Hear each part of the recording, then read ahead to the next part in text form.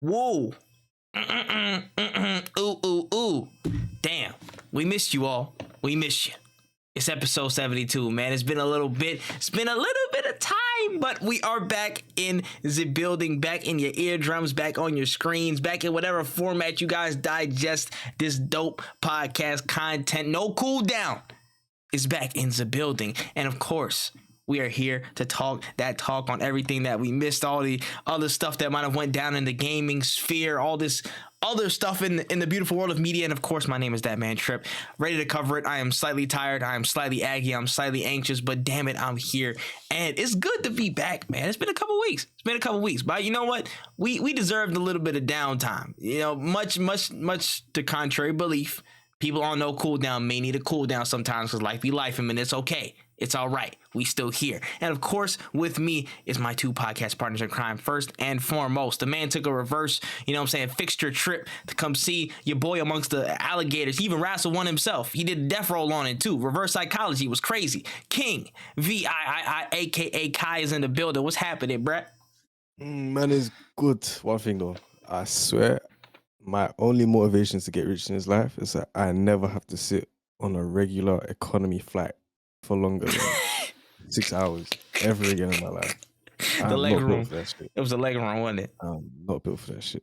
Bro, you just gotta pray somebody there's an empty spot in the middle seat so you can lean over. The last flight I had coming to England, there was a dude that his family was in the front row and he switched seats so it was empty. So I just leaned my head in the middle row and that was good.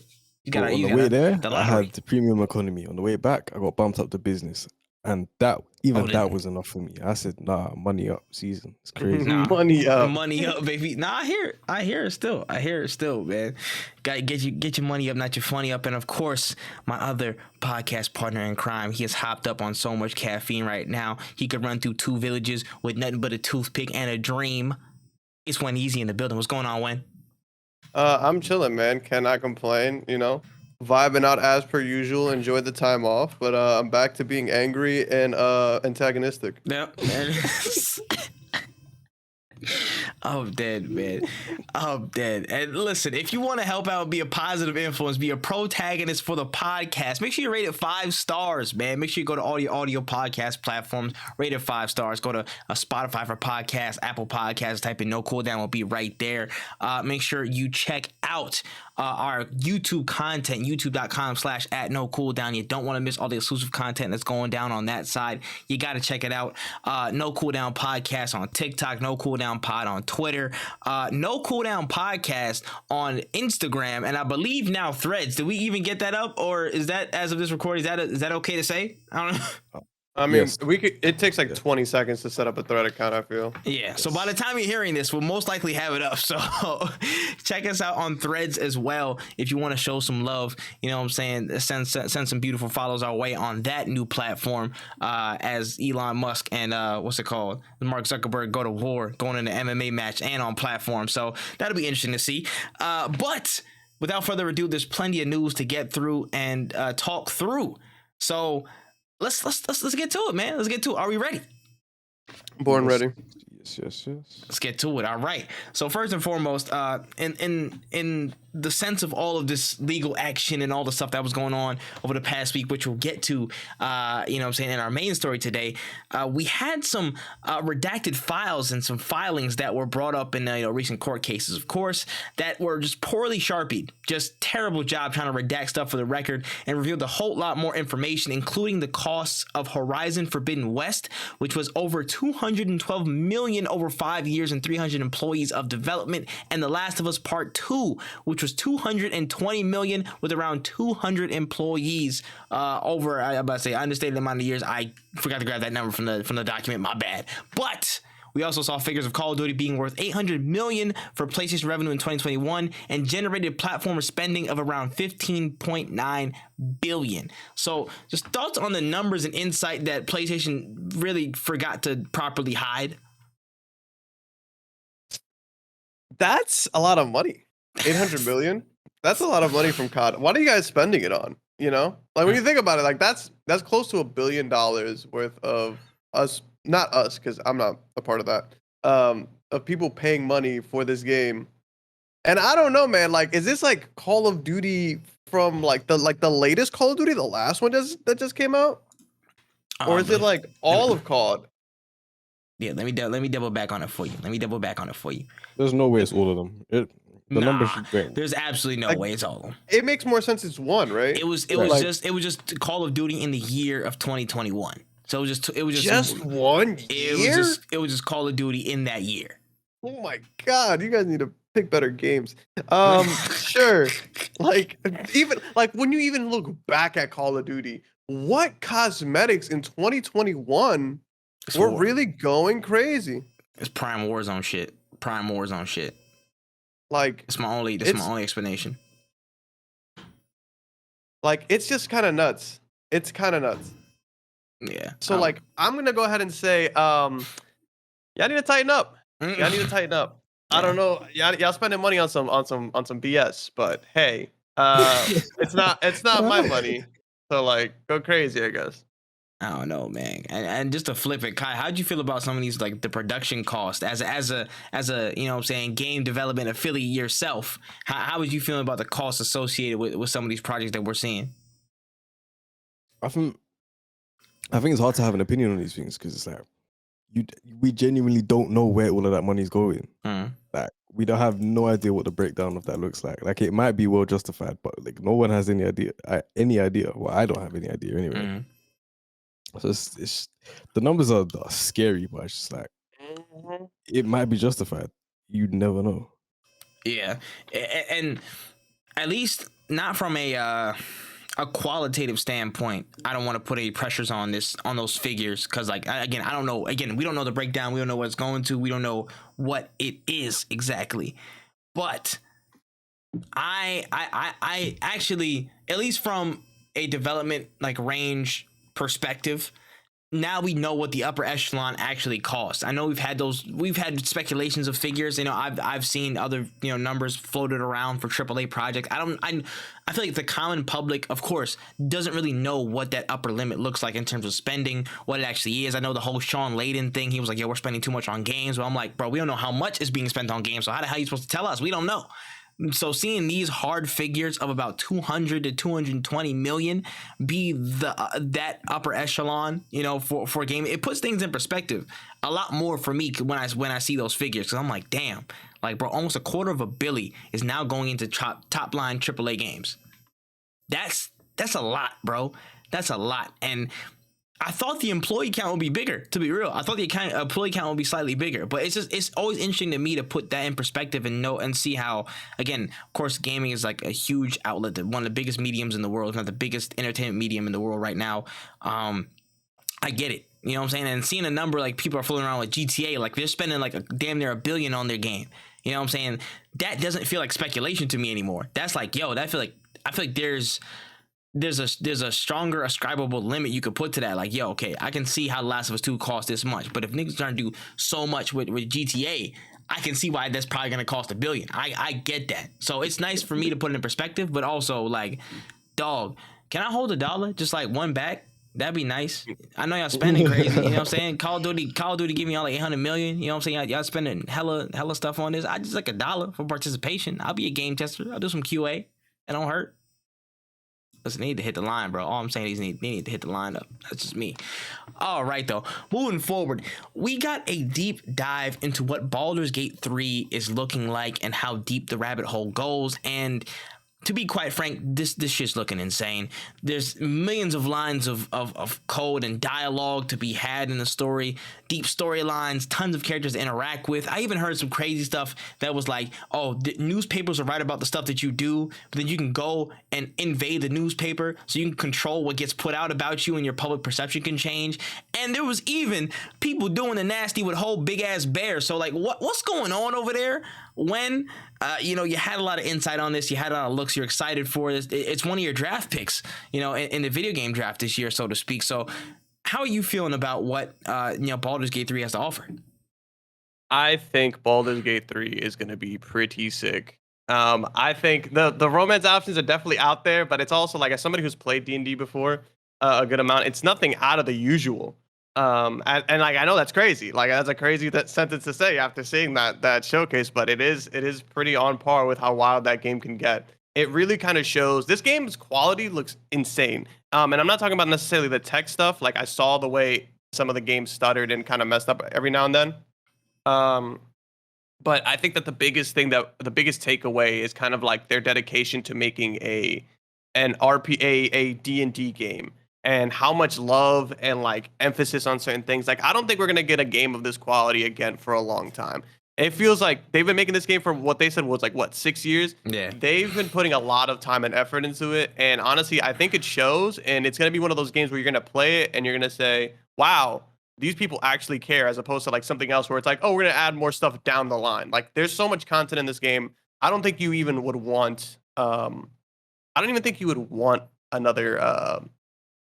Like some DLC or something, because there's just so much, and there's so many different ways to play it too. That's another thing. Is that there's a lot of replayability because there's so many different classes you can play. So like this is gonna be one of those games that you buy, and even if you don't buy the DLC, you're gonna have fun for a while. Like, you think that Leonardo DiCaprio's ever like intimidated when he saw that part when the bear was fucking? You was like, yo, that could have been me if I was like acting right or wrong, depending on his perspective. You know what I mean?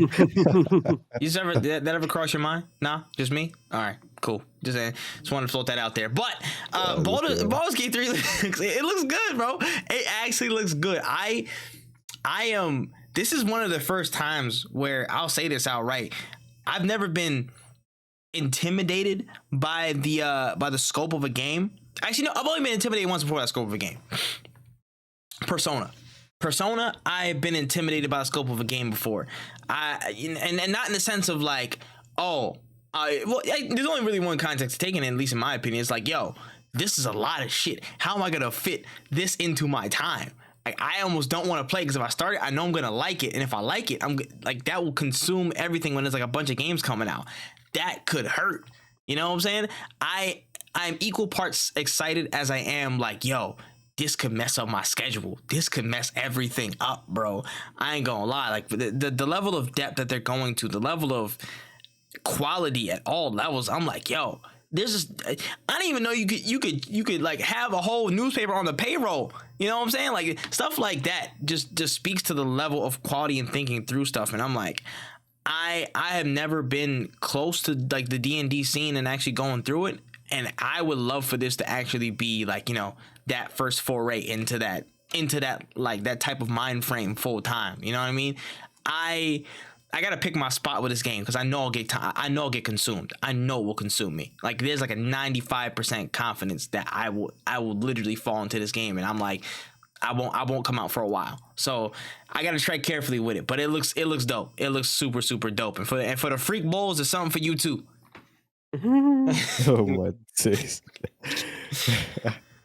Oh man, but yeah, not bad. It's not bad, man. It's looking solid. Moving on here, we got a brand new trailer for Avatar: The Last Airbender: Quest for Balance that's coming to consoles and PC. Now, it's probably looking like a smaller experience. It could be something that's in the $30 to $40 territory, coming this fall 2023. I didn't get too much specifics aside for the trailer, but let's roll to Kai, man. Thoughts on what you saw from Quest for Balance? I didn't actually watch it. I didn't actually see. Amen. Now's the time. I've been saying now's the time. You got a lot. When did you see it? Yeah, you're not really missing much, guy. Like, I'm watching it right now. It looks like, and this is mean. It looks like that Avatar game for the 360. That's kind of what it reminds me of. The Burning Earth. Yeah, I think. I don't remember. But this game, it's definitely a game made for a TV show. That's the most like Genshin DLC. That's kind of disrespectful to Genshin. Yeah, Genshin be putting bodies on their stuff. I ain't gonna front you. Don't get me wrong. Avatar could be a cool franchise. I do not envy the studio that would ever have to make an Avatar game, even a AAA one. Like that just sounds like a pain in the ass. It's like a hellscape. Again, that's the type of game where I would only trust Insomniac. I'm gonna be real. I would only trust Insomniac to make this type of game, because that's like the certain levels of wacky, but also the certain levels of like unique combat flow. And I'm gonna keep it a stack with you. That if Insomniac had the license for this, that might be the first bad Insomniac game. And there may be other bad Insomniac, but it might not work. And I agree that I agree to that to an extent. That's a risk. That's like you're taking a brand risk bringing this on, because again, historically, there have not really been any good Naruto, not Naruto. Damn, I said Naruto. Avatar games. We'll get to that. We'll get to that one. Like, I mean, you know what I'm saying? Like, Avatar games aren't really a thing. You know what I'm saying? Like, people play the little, like, the DS version where you like spin up a little air ball or something like that. Like, no, there hasn't really been any. And I think it's hard to apply the concepts of the game and make it flowy and make it work in a gaming sense. It's hard, but I feel like if there's anybody that could do it, Insomniac is the one, because of that cartoony, the cartoony background and how the combat is. I feel like they would be in a good place. I think the only hitch to it would be, how do you fill the environments up, or how do you divvy up what the gameplay scope is gonna be like? Is it just? I mean, it have to be level to level. I don't think you can't open world that bitch. You literally cannot. No, that's impossible. No. You know what I'm saying? But you can kind of Final Fantasy 16 it, where like you can have like these semi open world patches. But how much of that patch would you do? There's a lot of variables to this that make it very, very hard to achieve. But speaking to this one, I don't even know who's making this version, but at least this ain't it, bro. This ain't it. Who is even making this? That's a great question. And I don't think we're gonna get an answer. Games and Game Mill. Who the Game Mill sounds familiar though. Now I gotta Google. They made All-Star Brawl. Okay, that solves it. All right. We'll close up shop. Nickelodeon All-Star Brawl? Correct. Let's close up shop. So I'm not gonna lie to you. That game is ugly. The music is whack. There's a lot of things that leaves to be desired. But the combat was fun. But that was also a different game. That is a very different game. But that was in conjunction with what? Who was it? Ludosity. That was in conjunction with Ludosity. Ludosity took the thing for it though. The main what's it called? The development, I guess, burden. Game Mill only published it, right? Cause I remember. That's right. Because Ludosity made Slap City, and Slap City was fire, and then they got commissioned to do this, and then Game Mill only published that stuff. That's right. So Game Mill's not even on this. It was Ludosity. So Game Mill ain't got shit to their name. What's happening? Hey, I guess money talks. Hey man, listen. This game, Avatar game, is gonna be you know what I'm saying? It's about to go crazy for people getting, like, you know what I'm saying, under the influence of Jigglypuff. This shit about to go crazy. So shout out to the sleepers. I'm gonna be sleeping on it. I don't know about y'all, but yeah. Thanks for coming out. I'm pretty good off of Avatar. I could just watch the TV show. My Asus handheld. Nope. Speaking of that, looks like it would run good on your cell phone. Yeah, nah, for real, man. If this shit was like 8 years earlier, maybe would have been a bit more excited. But you know, time, good games being made, those things kind of play a small factor in this. I don't know. That's maybe just me. All right, though, sliding forward here, it feels like everyone is talking about looking at their catalog, expanding, doing more in the gaming space, and Capcom is no different, because they were recently on record in one of their investment calls stating that they're carrying out some discussions for the future expansion of IPs that may not be in the forefront. We had names like Onimusha mentioned. So just kind of thinking of Capcom, what do you think they need to focus on in terms of expanding IPs? What do you think Capcom need to bring up, bring out, bring back? What do they need to do? Bro, where do they start? Like, listen, is there like I don't feel there's like a big like ask for anything at the moment. I mean, from Capcom.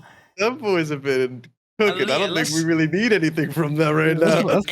This is the tough spot. This is the tough spot, man. I'm not gonna lie. Capcom has been winning like crazy ever since Biohazard. They have been on a path of redemption. They have really made their stock pull back up to where Capcom really should be. They put out dope stuff. You know what I'm saying? They've been dropping Resident Evil left, right, and center. They came out swinging with Street Fighter 6. Monster Hunter was still doing his thing on his run. Like, there's a lot of good stuff here. The only way, Dragon's Dogma 2 is coming soon as well. They've been announcing dropping heat consistently. They are back on the 8 ball. They are doing fantastically right now. The only way, in my opinion, that they raise that bar even further, I think, it goes without saying, a new Monster Hunter is going to come through. That's obvious. The IP will continue on. That's an obvious thing, not that. But I think they gotta try their best to dip back into another corridor of the fighting game scene where it's gonna be difficult. This is hard. It's funny, some bullshit. Marvel vs. Capcom. What do you mean? Talk to me. Okay, never mind. No, you're right. You got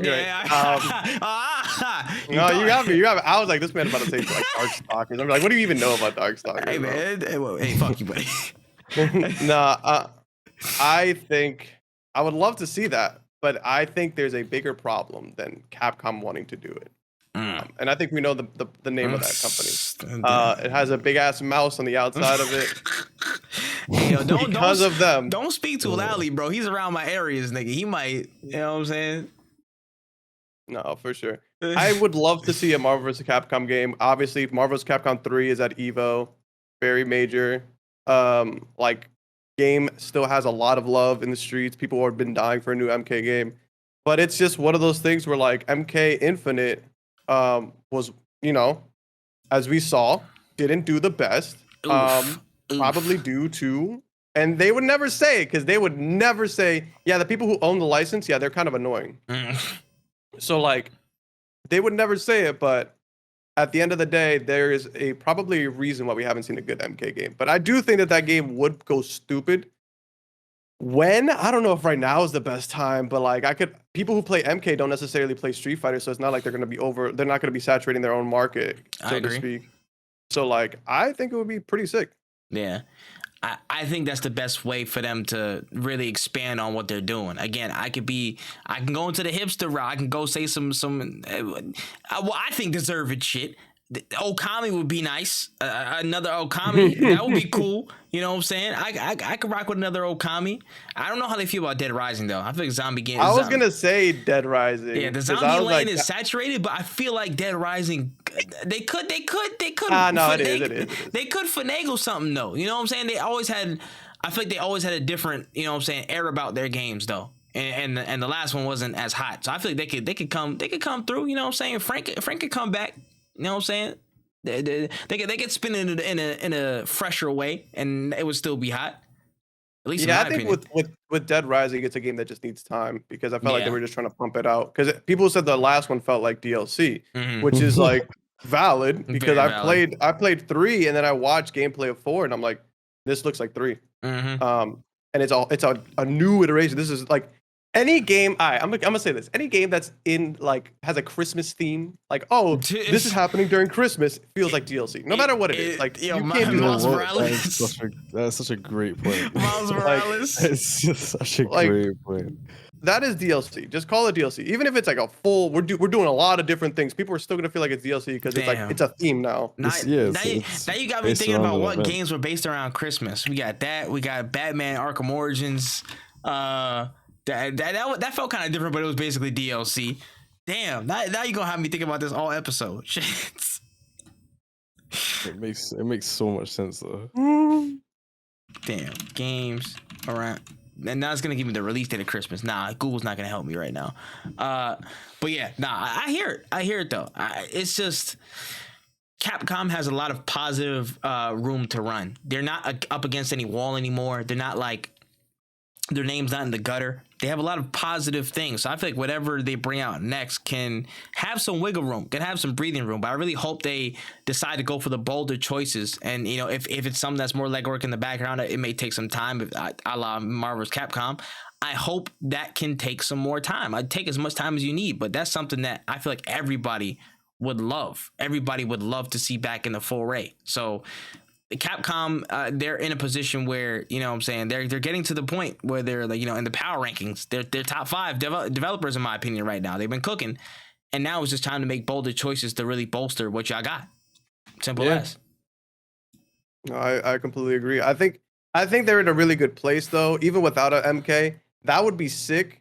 But I feel like with where they are right now, I think they're gonna lean on other IPs that would be simpler to make, right? Like it would be simpler to make a not an MK, but it would be I keep saying MK, not a Marvel vs. Capcom, but it would be easier to make a game similar to like another Ace Attorney, like that's like a crazy niche that you know hasn't been tapped in a while, or something along those lines, like something that people jumping Onimusha or some shit like that, like they was mentioning. Exactly, like something that they know people have been asking for a little bit, that doesn't overlap with any other game that they have. Because even if you play Street Fighter, if you play MK, I keep calling it MK. It's not MK. But if you play Marvel vs. Capcom, there's no way you didn't try out Street Fighter 6. You know, there's just no way. Facts. The overlap is definitely there. So yeah, Capcom. Honestly, it's just you got the right of way. You have the luxury of choice, and you got some cushion based on your track record lately. So you know, carry on. Do what you got to do. All right, pushing forward here at the Bandai Namco panel over the past week and change, we had some information on a brand new fighting game by the name of Jujutsu Kaisen Cursed Clash, coming to current and old gen and Steam very, very soon. Before I actually, I'll double dip. Let's get straight to it, man. You're a fighting game guy, as it were. You know what I'm saying? An enthusiast, as some may call you. What's your take on Cursed Clash, man? So, like, remember how, like, that one time we were talking about Smash Bros. And we were like, I hate it when people don't consider Smash Bros. A fighting game. You know, like you gotta give its respects. That's like the opposite of how I feel about most anime arena fighters. I have no respect for them, truthfully. I'm not trying to be an asshole. Well, actually, that's a lie, because I am being an asshole. We all know I am. It's just like, bro, what? I love JJK. I'm a big fan. Everybody, I'm sure most people who watch the anime were like, dog, that anime was pretty sick. But like, I just don't know what the appeal of an arena fighter is.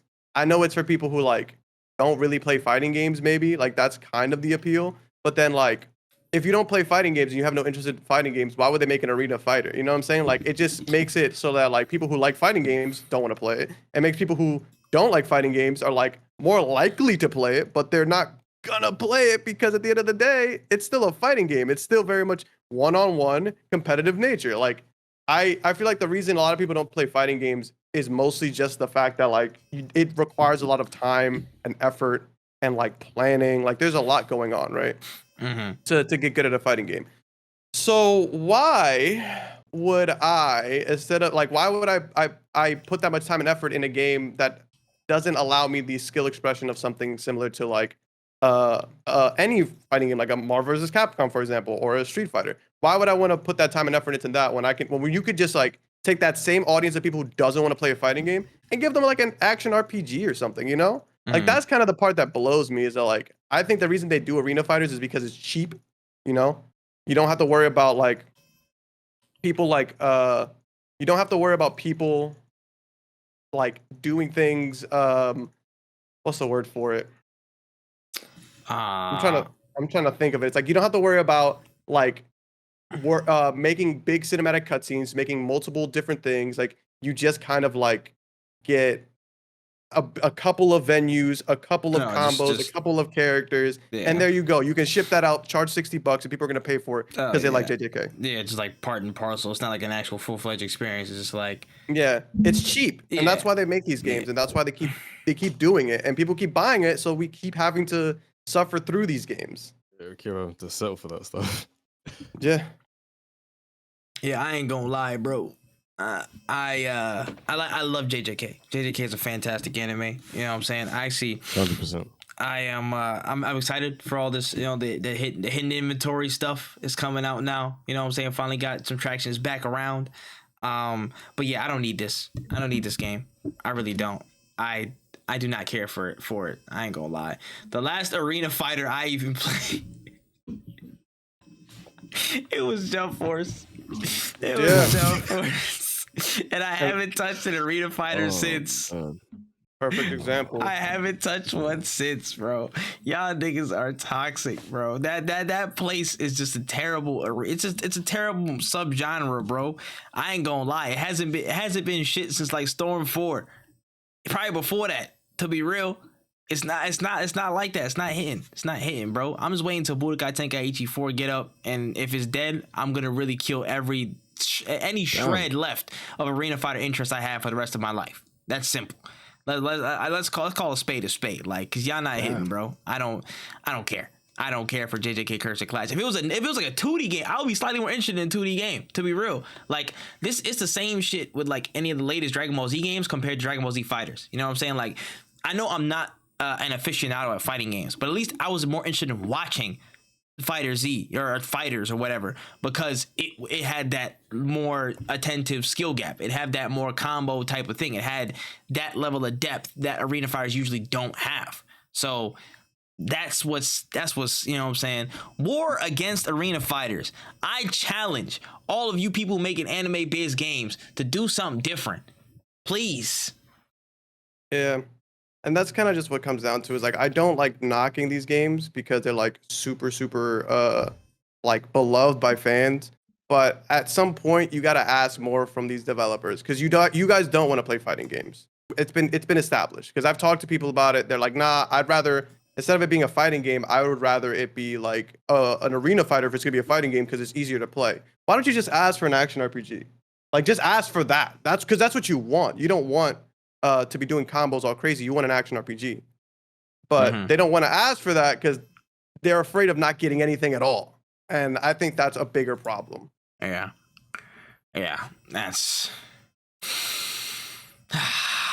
just come on, guys. Let's give it up.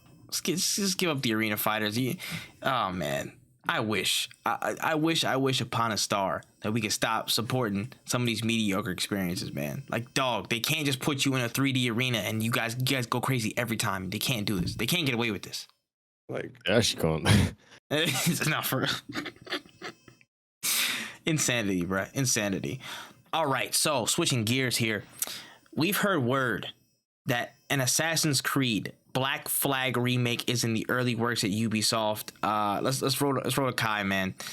Dog, how we feeling about this? Feeling good. I really enjoy Black Flag. I feel like nobody really talks about it, but I think it was a really good. You think nobody talks about it? I whenever I say this, I get looked at funny. Nah, I'm gonna keep it a beam, bro. You a part of the new school. Them new school niggas love Black Flag. Let me break this down. You know what I'm saying? As a matter of fact, finish your point before I go. Go ahead. Bro, I have nothing really bad to say about it. That's it. I enjoyed it. I think it was good. Yeah, listen, and this is my thing. Black Flag is in my top 5 of Assassin's Creeds. It probably is my top 4. But I don't know what happened along the way.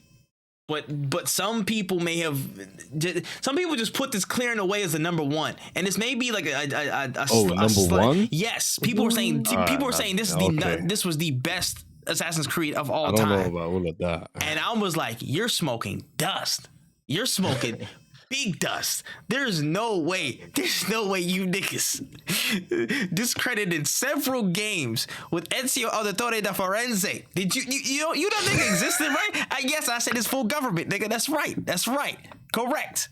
Because I know there's no way you guys said that this guy is not number 1 spot. His game, not one of his games are number 1 spot. That's the thing that gets me. Like, listen, let me say this right now. I think this is, if you like, again, that type of style, the piracy, the seafaring type of stuff, this was a really solid game.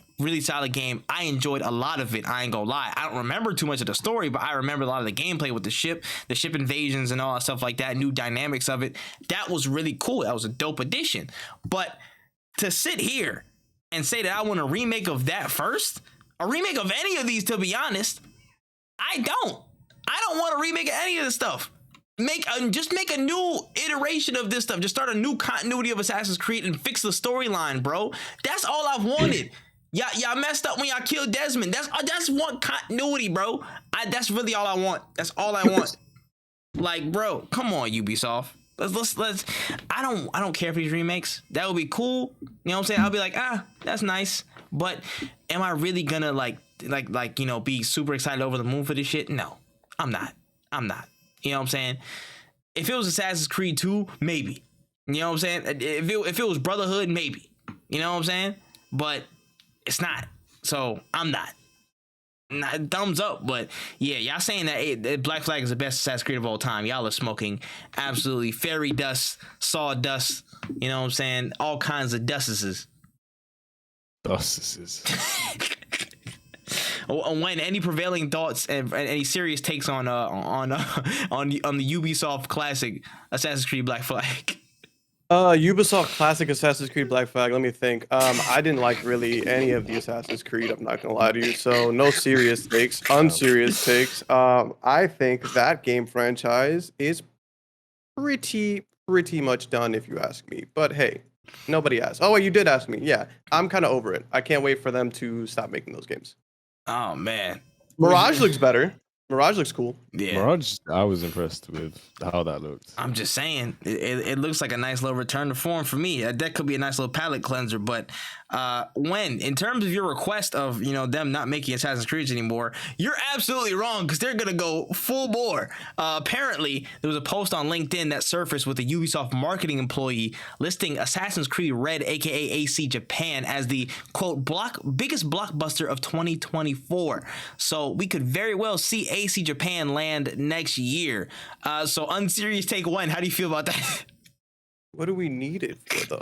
Like we just got a new one. Like it just happened. What do we need it for?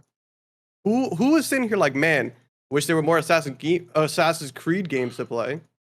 Listen, man. Like it's OD. We don't need it. I'm happy with not having any more Assassin's Creeds. Thank you very much. That is my TED Talk. If you want more Assassin's Creed games, get a PC and buy them because they're all on PC and you can play like literally every single one. There's so many, it's not even funny. I'm about to say, Kai, man, talk to me. AC Japan possibly coming next year per some employee comments. How you feeling? As someone that from like time I started like enjoying Assassin's Creed, that was kind of where my imagination took me anyway when I was playing these games. I'm looking forward to it in that sense. But I don't know, I feel like it's just mad overdue. Like when saying it's like this franchise should have already come to a close. As much as I would like to play this game in that environment. Like I feel like after this it really shouldn't continue. Yeah.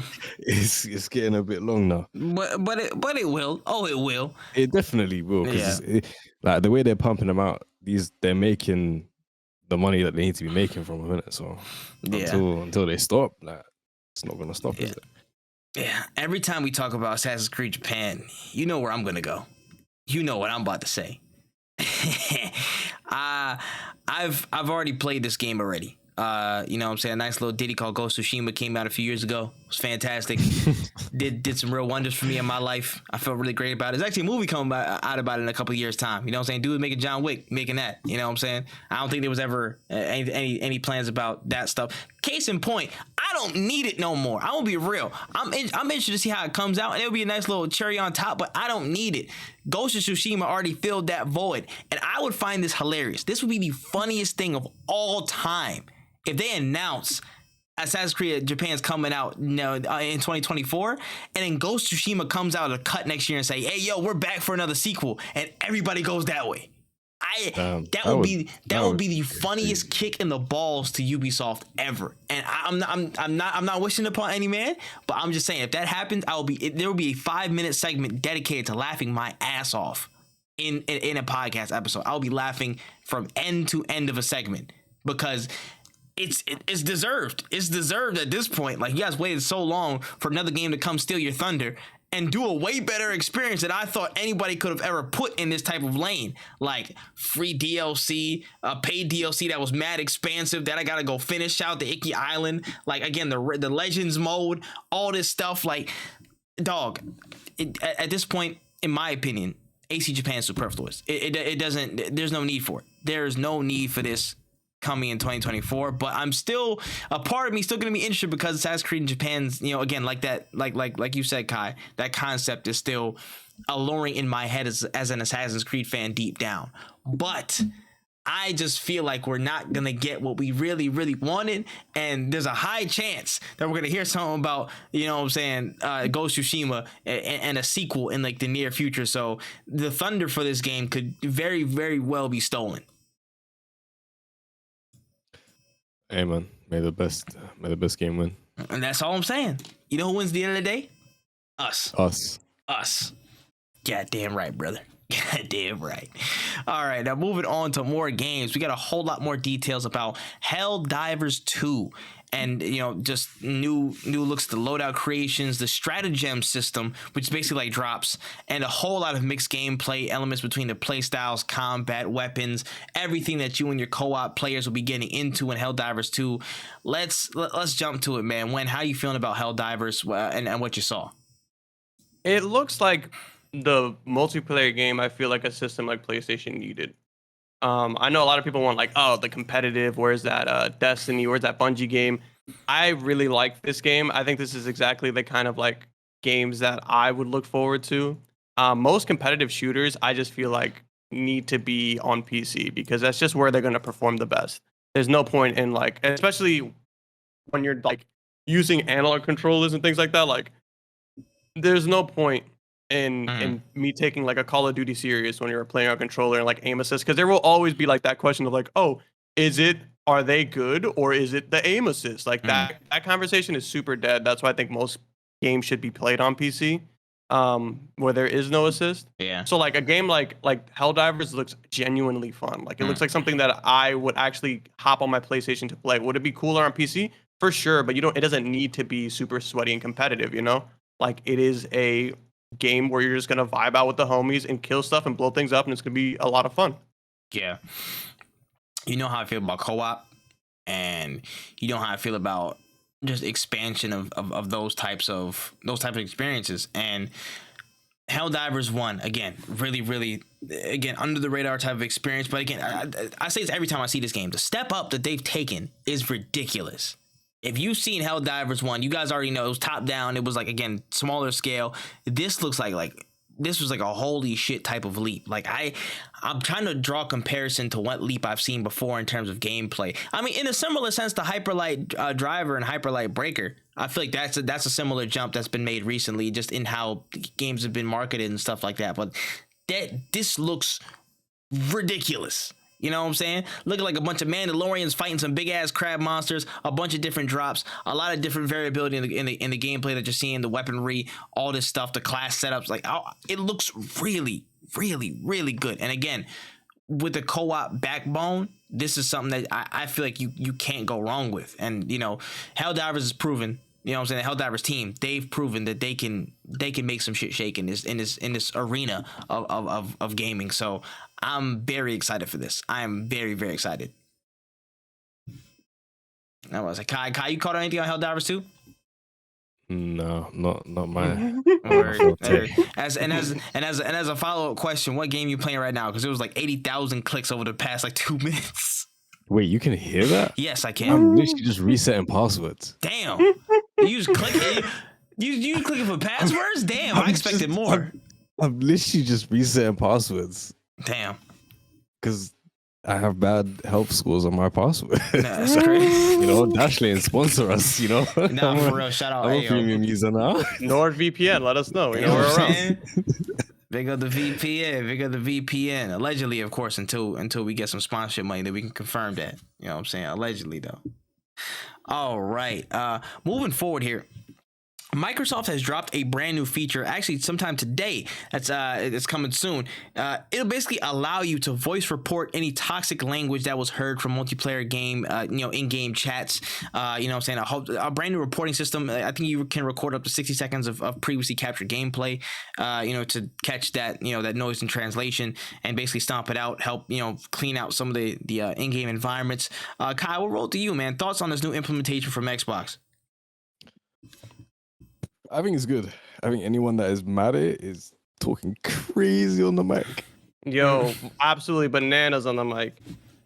Like, I love being like emoting on people when I kill them, that kind of thing. Like we love to be a little toxic, but if whatever you're saying on your microphone, like, bro, there's absolutely no reason somebody should be able to hear it and be like, oh, this dude is cool. And like, the only reason I could see people being upset about it is like, oh man, it's Big Brother. They don't need to hear what I'm saying. Like, it's not recording you. Like, it's not sending it all the time. It's just sending it when somebody says this person is an absolute awful human being. Yeah. I'm gonna be real. This is a fantastic ad, and let me say this: when it comes to actual, I guess, the quality of life and just those little updates that you never thought would be very beneficial helps, Xbox has been very much at the forefront and a leader of over the past 15, 20 years. Again, from party chats to these little updates here and there, they have done very well to foster good things in that social aspect of gaming and online gaming, so to speak. They've done very well for that, and I'm proud of them for keeping it up in this way. And this is, again, another huge win, in my opinion, for all you dusty, sloppy, filthy, disgusting, just herbs. Honestly, you bunch of herbs that be harassing people online. Nah, for real, bro. Just straight herbs, bro. You a herb if you're doing this, bro. I'm glad that there's a system to root people out like this now. And I just find the timing is hilarious considering what we're talking about in our main story. But it's just crazy how much people can get rooted out now. And I hope this is used to the utmost degree. You know what I'm saying? I'm hoping it's used to the nth degree and people just start cutting it down because, yeah, listen, gaming is supposed to be a space for everybody. All y'all people was like, oh, yeah, Call of Duty was the trenches, man. We all used to be like this. You're not supposed to be in lobbies. You can't take it. Nah, bro. You're just a loser. You can't say that in real life. You can't say that in real life because you know the consequences are you're going to get your shit folded. So, let's try and create a more positive environment for people. That's it. You know what I'm saying? At most, you can throw emote up, bro. Chill out. Why people love to, stick to that as well. Like, people will defend that point with their lives, bro, because all they have. It's all they have. Again, this is to speak to a more general sense. Gaming and the internet is the last frontier for niggas who have no consequences, and not in the sense of they have power, but in the sense of there's a faceless interaction. So there's a less chance that you're going to be caught out in real life, which is that gap is getting smaller and smaller with people figuring out how to research shit and stuff. But still, there's that anonymity between certain things, and you can people just feel the incentive to say whatever they want because they know they'll get away with it in most regards. So it's their last sense of freedom. It's their last sense of, oh, you can say whatever asinine, stupid, whatever, ignorant thing that you want. And there's that. And they thought this was like the greatest time ever because they were unchecked. You know what I'm saying? Because they were never quote unquote wrong. They were just speaking. They were just, having fun or whatever. But they didn't know the impact of the stuff that they were actually saying. Or they did, but they didn't care because nobody was checking them on it in real life. You know what I mean? But now that there's consequences being levied on this stuff, and now they're like, oh yeah, our gaming is dying. You know what I'm saying? This ain't how it used to be in the lobbies. I'm like, bro, you're just a toxic piece of shit. You just got to get over it, bro. Let's call a spade a spade. If you said this in an actual LAN party, you would get your shit folded. You know what I'm saying? 9 times out of 10. So what? This is just speaking to the general of the paradigm is starting to shift to where it's starting to catch up with people. So, it's starting to catch up in one way or another. If people value their time in that game, I hope they get banned. I hope they get the ban off this stuff. And, again, now that this is an Xbox, it's like an Xbox service thing in general, not just a specific game thing in general. People can get their ban off the whole console. You know what I'm saying? Maybe they get the whole IP joint. And that's good. Adding consequences to this stuff is very, very good, and that's much needed in a space where people think that there was none. Yeah, weird. I'm never gonna argue against punishing people for dumb shit. Yeah. So let's go. Man, I can't wait to see people lose their accounts like that, because that is a crazy, imagine oh man, I got banned on Call of Duty. I can pretend I don't play Call of Duty anymore around my parents, right? But if you tell your parent, you're like, yo, why don't you play your Xbox anymore? Oh, my account got banned. Yo, that kid is Bro, my mom would cook me if she told me that. Oh yeah, all the games that you just bought from me online, yeah, they're no Invalid. longer a thing. Invalid. They're gone because my whole account is banned. I would love it. I would love it, and I think I deserve. I just need that to be stuff like this needs to become standard practice, and I hope that other platforms and everything can adopt this if they haven't already have their own systems in place to really start rooting out this bullshit, because I'm just tired of hearing about the abuse and just all this other random stuff in 2023. I'm like, yo, most of y'all niggas are losers. Please, just hold your tongue when you getting your ass whooped, bro. That's it. For real.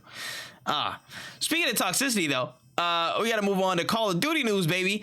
They're trying to catch up in the collab game as they're bringing The Boys TV show from Amazon with skins of Black Noir, Starlight, and Homelander with new power-ups, including laser vision and Warzone, and a bunch of extra bells and whistles into the game. So, what's the word, man? What's the word on The Boys in COD? Have we seen visuals? Yeah, there's a guy with the laser beam and it automatically like murders people. Yeah, I think that's an execution. Oh, is it? No, I saw somebody like pull it out like in the middle of a fight. Yeah. Oh yeah. Like he looked around and shot it at a door, so like it was like actually like a laser beam. I was bleak. This is wild. What are they doing?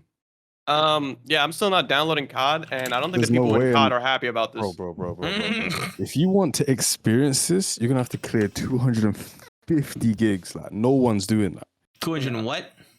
250 gigs. I saw on Twitter someone complaining that they had to download to play Call of Duty. Bro. I've been saying that for a while, but people keep saying like, "Oh, bro, just get a bigger hard drive." No, for That's one not- game, That's not the issue here. like they don't care. They're just putting things in a file, and just like the fact that I can't send more than 5 megabytes in an email is crazy. But the fact that they can make me download like a quarter of a terabyte, how's that fair? How's that fair? Yeah. Now, from an optimization standpoint, like, dog, you guys are still the worst people in the world when it comes to that stuff. Like, you guys gotta figure out how to condense the files just a little bit, please. Just a little bit. But speaking on the actual, collab itself, this is actually a pretty cool collab. I'm gonna be honest. I'll actually be real. This is one that kind of fits in a way. You know what I'm saying? They're trying to make certain things work. I like the skins. Again, they're very fitting. I think this was a good selection. Having Butcher in there would have been cool, but that's just me. You know what I'm saying? I would have liked if they added Butcher, but it makes sense. The laser vision thing I'm seeing is actually insane. I'm about to say the flight, the super jumps. They're trying to make it a little bit more interesting, and I think this is a good integration with what Warzone actually is. I think this is I think the skins are applicable in Modern Warfare 2. I don't know if the power-ups are. I think it's just Warzone. But yeah, I'll be real. It actually doesn't look too bad. It actually looks pretty solid. I will give them a thumbs up for this one. Definitely one of the better collabs that they've ever done. 100%. They've had some about stinkers. some of their horrible ones. Yeah, we've been on the podcast talking about their joints. In terms of execution, it looks good. I haven't tried it, haven't played it, but from the trailer, it looks good. Looks like people have fun with it, but again, it's just there's nothing that Call of Duty can really do at the moment that's gonna impress people that don't care about the game and people that do care about the game. I feel like. Mm-hmm. Yeah, I hear it. It's very set in stone at this point until we hear news of anything else on Call of Duty in the near future, which is gonna be interesting times as we get close to our main story here. Yeah, let me yawn. Almost died. All right, rate this 5 stars, please, before I pass away of yawning. Anyways, fucking a random ass yawn, bro. And I'm fine. I slept my 8 hours and everything, bro. What is nature telling me? This is some bullshit. Anyways, let's move on to Bobby Kotick, aka the resident corporate weasel of Activision-Blizzard. We heard some claims from his talk, his deposition, his statements in court over the past couple of weeks that Nintendo's next generation console will be on par with the PS4/Xbox One era of technical performance. So I guess let's roll to you, Kai. How are you feeling about that perspective power scaling for this alleged new Nintendo console? Why the fuck you lying?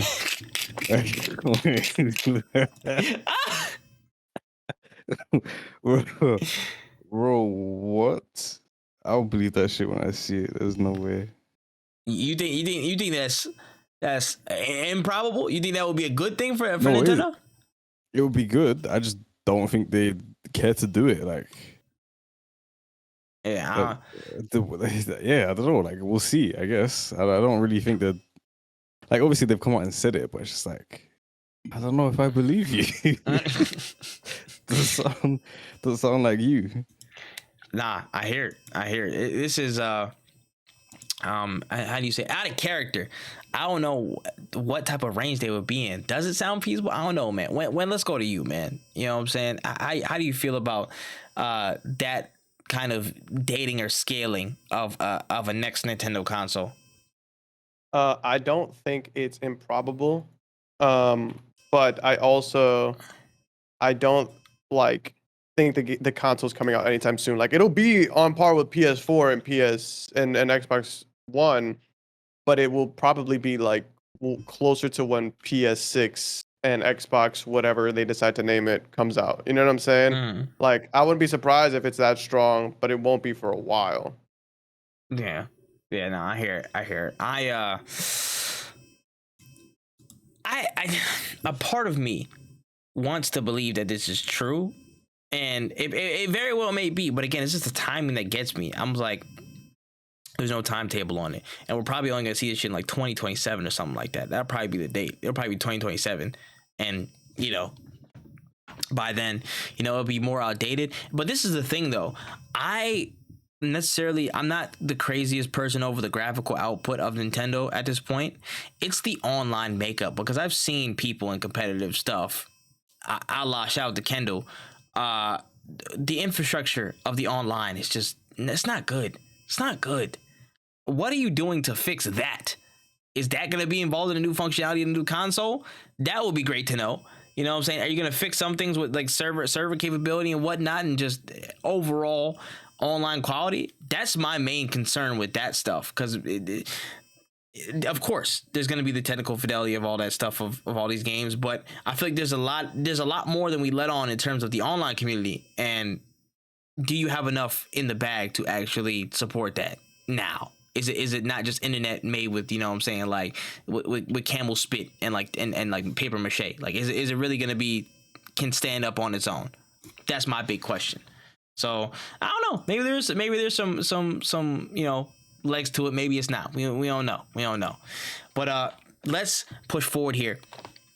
Now that BioWare has handed off Star Wars: The Old Republic to a brand new studio, and are basically, their hands are clear, they have promised the utmost focus on Dragon Age and Mass Effect, and stated they're hard at work at polishing, building, and tuning Dragon Age Dreadwolf, and will have more to share soon. So, how are you feeling about BioWare's position? They're still trying to get their weight back up. Do you think that again, just locking in on just those two IPs, that's probably the way to go? Yeah, I mean, with BioWare, I feel like they kind of got spread thin in around the Inquisition days.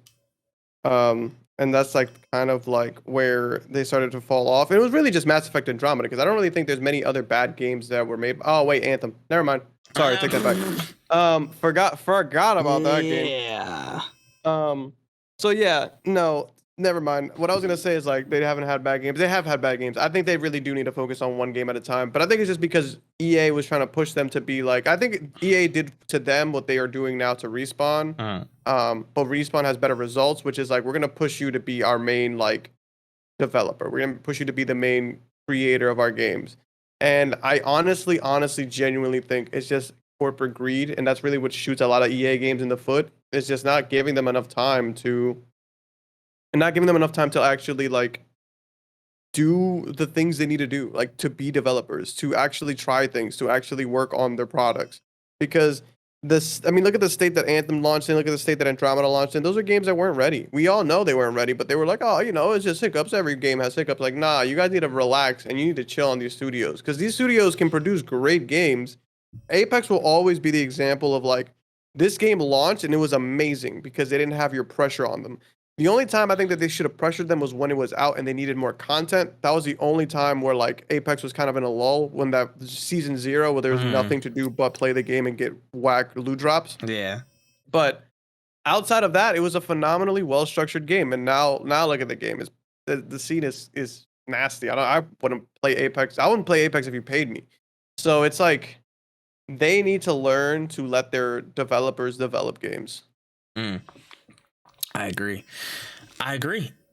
This is it, bro. BioWare does their best work when they're handling one major thing at a time. You know, when there's like 80% in one plate, 20% in the other, and it's their bread and butter. You know what I'm saying? They're fantastic at storytelling. They're fantastic at the RPG element. That's their bread and butter. Now I understand that there was things outside of it that, you know, in the Anthem case, which I thought, you know, I hoped was going to be something, but again quickly devolved into madness. They got pushed outside their bounds, and they got pushed far by, again, like the powers that be above them in EA, and they couldn't do their best work. And I feel like now, not only to speak to BioWare, but just to the industry in general, I feel like there's we talked about this last episode as well, starting to be this holdup where we're looking and evaluating a little bit more sternly and a little bit more, you know, with a bit more skepticism. Okay, is this project realistic in this timeline? Can we actually do this? What's the quality that's needed behind it, and how much time we're going to take? Can we request more? Can we delay more? And I feel like that's going to play right into the hands of BioWare, because, again, I like to speak in the brand perception. I like to speak in marketing terms to some degree, and that stock, so to speak, for video game companies and developers and what people perceive they are in today's market. BioWare has been on the ropes for a long time. We know that because of Anthem and how it went down. No disrespect to them, but that's just how it is. If you drop a fire Dreadwolf and a fire Mass Effect, you're right back at the top, you know, towards the top of the food chain, in the sense of everybody's looking at you like, yo, you're one of them ones. And again, in the grand scheme of things, you're always one of them ones. You dropped the Mass Effect trilogy, bro. That nobody will ever take that away from you. One of the greatest trilogies of all time in games, period. Some of the best games I've ever seen, some of the best stories I've ever seen in video game format. But again, it's unfortunately now this case of what have you done for me lately, and the latest anybody's really felt from you, you know, it's probably Anthem. I feel like that they dropped something in the meantime, interim maybe. I mean, Old the Old Republic, but again, that's not like the mainstream thing. But all I'm saying is, they have a chance to really redeem their name and the dip that they took because of Anthem in that period of time. So them refocusing on just their flagships in Mass Effect and Dragon Age is their best option. Should be the only option for them at this rate. Yeah, that's just how I feel, man. That's how I feel. But yeah, let's push on, man. Marvel Games and EA's latest studio, Cliffhanger Games, announced a new original third-person single-player Black Panther title in development. Now, not much is known about the title, but it could possibly be as big and even rival the critically acclaimed Avengers game by Square Enix. I hate you, Wen. You just... I'm dead. That's an hilarious blurb. But I want to throw it to Kai first, man. Kai, I think we talked a little bit about it when it was just a rumor beforehand on the podcast, but I wanted to bring it back to you first. A new third-person Black Panther title. What's your gut reaction? What's your thought?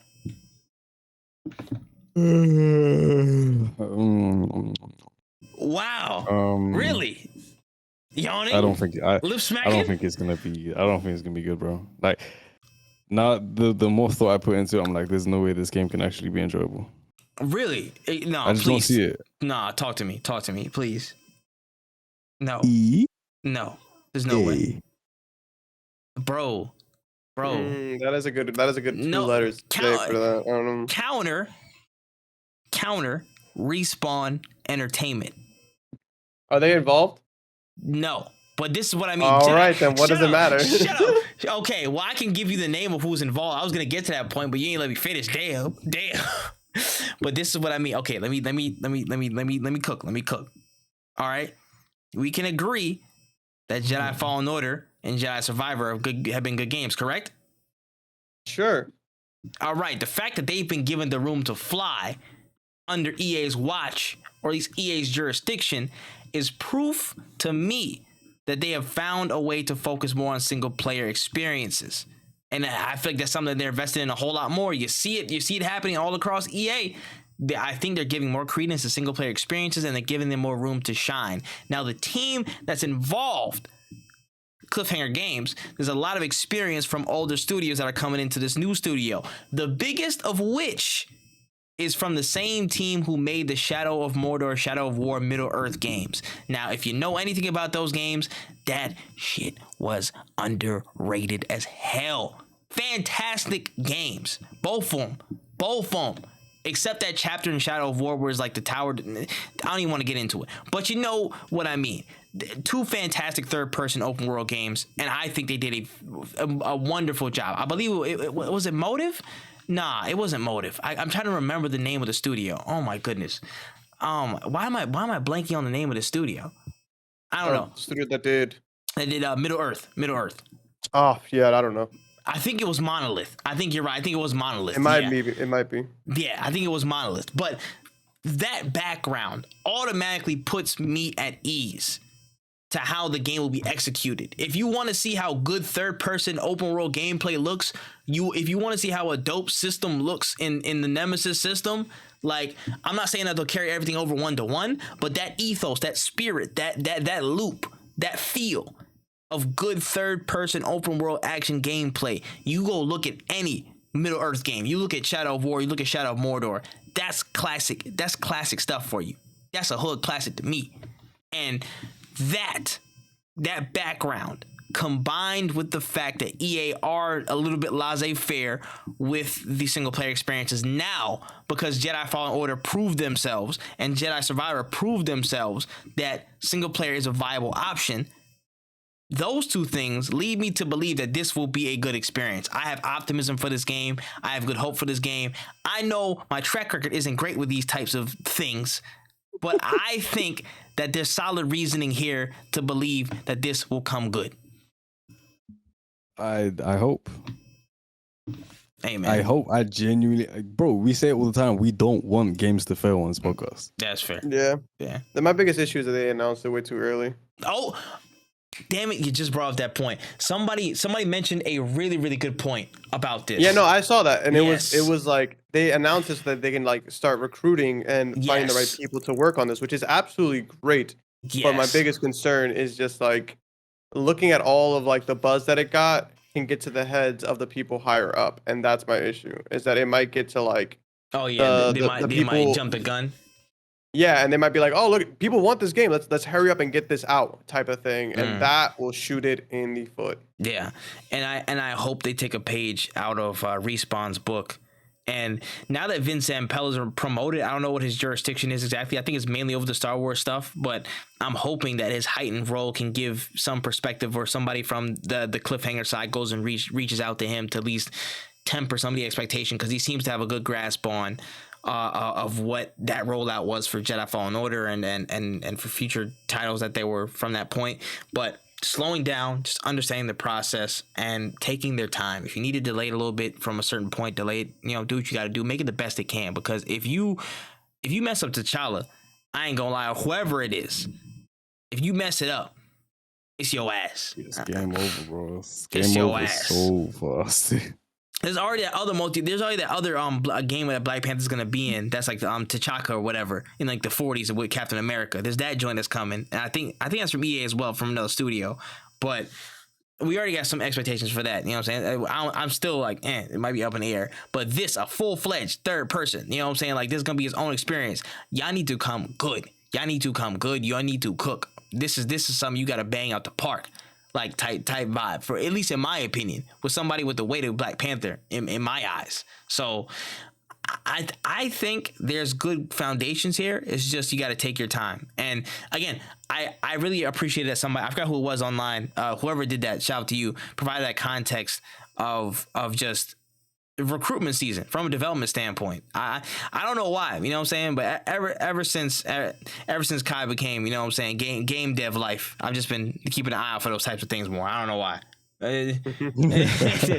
But yeah, Nah, it was definitely a good point to make, but there's some funny ass shit. I was about to say, yeah, when you're an absolute jokester for this intro though, I'm so I'm so mad.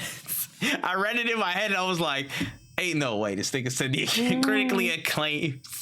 What an ass, bro. I'm moving on to the next story. Anyways, we got a lot of new I guess there's information that Horizon's not going anywhere, y'all. Horizon is not going any damn where. Had a lot of reports that surfaced online that talked about a new multiplayer co-op experience that's incoming at some point that feels as transformative as making the first game from the team at Guerrilla, and around 16 concepts / plans based around the Horizon IP to explore. Now they're not full-blown projects, but just things that could be rolled into action. Let's talk about it, Wen. More Horizon, more on the way, a co-op experience, a bunch of stuff. They're planning to be here for a long time. Hopefully a good time too, but how you feeling? I think they need to start like changing the release dates. I think that would be the first. I think that would be the first best big step for them. I have no issues with Horizon, but I never can catch Horizon in a time where I'm like, I have time to play this game. I'm 2 games behind because every time they drop a game, it is in the worst year or in the worst like season for me to play that game. I do think a co-op experience might be cool. Maybe like a Monster Hunter-esque vibe, you know, like a bigger, but I also know that, you know, I always say this every time the new Monster Hunter-esque game comes out, I'm not playing it because I have Monster Hunter, but I could see them doing it in a different way. I don't think this is a bad thing. I like that they're leaning into the Horizon franchise. Now, I'm not a big Killzone fan, so I can't even really say like I kind of miss Killzone, but it does feel weird PlayStation without Killzone. But PlayStation has dropped more IPs than anybody really, so like it's not surprising.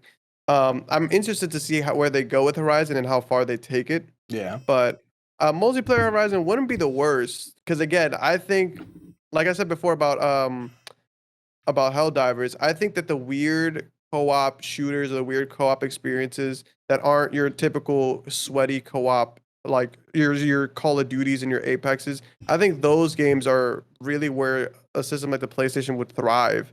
I just think it feels better on those systems because if I'm somebody who plays Apex all the time and I want to get better, I want to get more involved with Apex. Most people buy PCs. Most people build PCs. You see it all the time. I have friends who started on Xbox or PlayStation playing Apex, and then they're like, you know what? I'm going to go build a PC if they really enjoy these shooters. So I think that this is a good step in the right direction. I think they really do need to explore a lot. This next couple of years is really going to be very telling because I don't think that PlayStation is really going to be able to keep up in the shooter realm or in like the free-to-play shooter realm in terms of like games competing with like Call of Duty because now Xbox owns it. Or, well, we don't know yet, but Xbox essentially is very close to owning games like Call of Duty, so they need a new area, they need a new avenue. Yeah, no, I agree, and I'm not gonna lie, Horizon. Yeah, the only thing they gotta work on is their release dates, bro. Everything else has been solid. Like, bro, you just gotta release in the summertime or something. I feel like there's enough like buzz around you to release in summertime. Y'all could dominate that area. That could be fine, but just don't release in front of a God of War. Don't release in front of an Elden Ring. Just don't do it. You fall for it every time. It's like it's like a damn, like, what's it called, Looney Tunes type joke. Like, bro, y'all fall for it every episode. Y'all get caught with it. Like Bugs Bunny is catching y'all out every time. Like, it's not good. But to speak to just I guess what they have running and what they have in the chamber, man, a co-op Horizon would be dope. To me, a co-op Horizon actually fits. I think that's actually a really, really good inclusion to what it is. I feel like it's a natural. It doesn't feel too out of place in my opinion. From how it is. When you guys played Horizon, how much did you struggle with the puzzles? As much as I struggle with every other puzzle in every other puzzle game. Bold of you to assume I got that far. I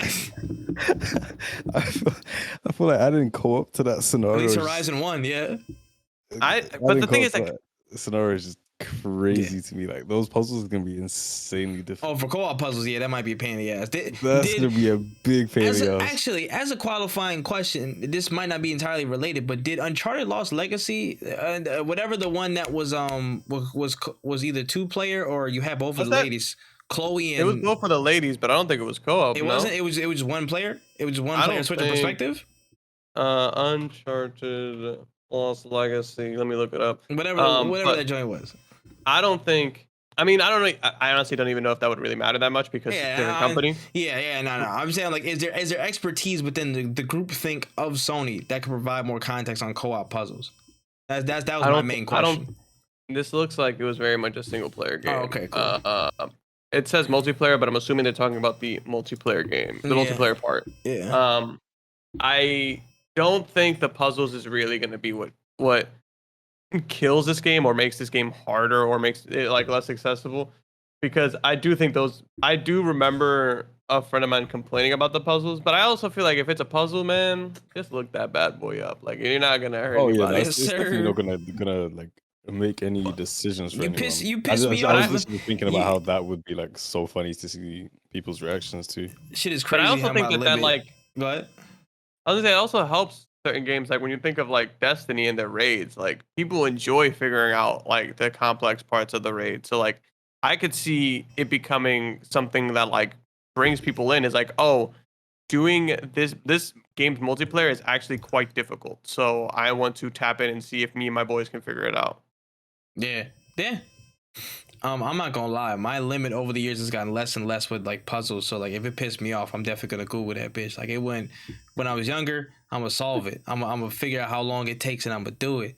And then over time, that Google got stronger, boy. My Google game got real strong. I can tell you exactly where I go.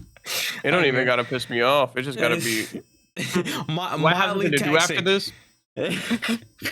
Like how I do. Let me look this up then. Yeah, nah, I ain't gonna lie. Puzzles are puzzles, man. I'll just get a 1,000-piece set if I want to do a puzzle at the end of the day. But I'll test myself to see if I can give myself a pat on the back and like a sticker on the fridge. But if it ain't hitting in like 30 minutes, hey man, sticker on the fridge. Hey man, I did the best I could. But in terms of Horizon, man, like I would very much want to see more of it. I feel like there's a lot of stuff to explore with that universe, and there's a lot of great experience to be had. Again, co-op being one of them, that would be pretty dope. I don't care for anything multiplayer in the sense like PvP. Give me more co-op stuff. Just give me different experiences. You have a lot of different. This is kind of like Last of Us territory, where they can take it to a whole different place with a whole different cast, so to speak, or another perspective of the same events, and carry on that way. So there's a lot of breadth and depth for it. So yeah, I'm interested. All right, push it forward here. Listen, man, people was running the numbers. They was doing their thing. They was realizing, hey man, Sony's spending a lot on their R&D, like a lot more than usual. Like and they did the tallies and stuff, and so far in their fiscal year 2024, which ends March of next year, by the way, they spent over 2.1 for gaming research and development. So just to look at these the numbers and what the trends are, you think it makes sense, Kai? You think it's really likely, and what do you think that's building towards? Scandals. This nigga's scandals. With the S at the end. Very, very big S at the end.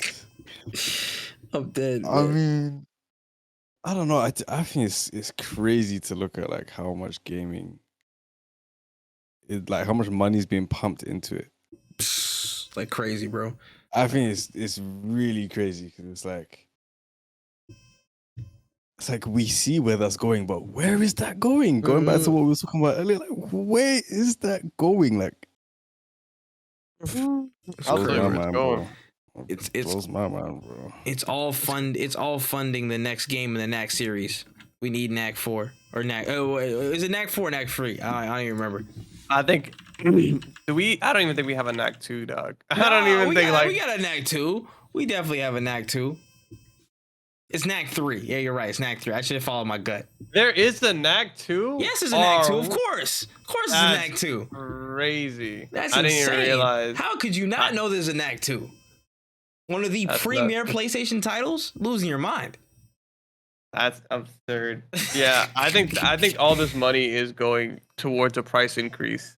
I think that's what's gonna happen. I'm not gonna lie to you. Like, video games, I fully think video games are expensive. I think it's an expensive hobby. But like, if a game like Baldur's Gate 3 is $70-$80, that's not a bad deal. I'm not gonna. That game has like 178 hours of cinematics, right? Yeah. Of cinematic dialogue. Like that's crazy. That is several So- Oppenheimers. You know what I'm saying? Like that's crazy amount of like stuff that goes into it. Like that's a lot. That's a lot. And I'm not saying I want prices to go up, but I also can't really be super surprised either. I went, and this has nothing to do with video games. I went into the supermarket and a gallon of orange juice was like $9. Like Golly. that.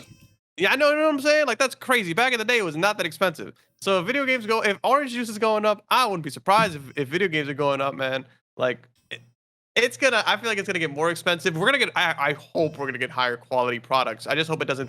I hope we don't get 8K gaming. I hope that's not what it's being pumped into. Like I swear to God, if they pump out, yo, we're doing a Resident Evil 2 remake, and it has 8K graphics. Look at Leon's soul in the game. Like I'm gonna be like, bro. Can we please not make 8K gaming with the textures that are still like popping in and out of people's bodies? Can we please just focus on cool, genuine, like good R&D? Like let's focus on things people want, not things that you want to try. Yeah, man. We can talk about this later, but you know, it just feels to me like it's about to be a real arms race, and Sony's been very, very smart with their purchases, or at least they've been discreet in a certain way. You know, you wouldn't notice how big certain things are until you look at them. They've done work with these companies before too, so you're like, oh yeah, it's probably just a likely thing. But you know, Nix's development, was it Blue House or it was Blue something? There's a lot of infrastructure, different parts of that development chain or that distribution chain of gaming.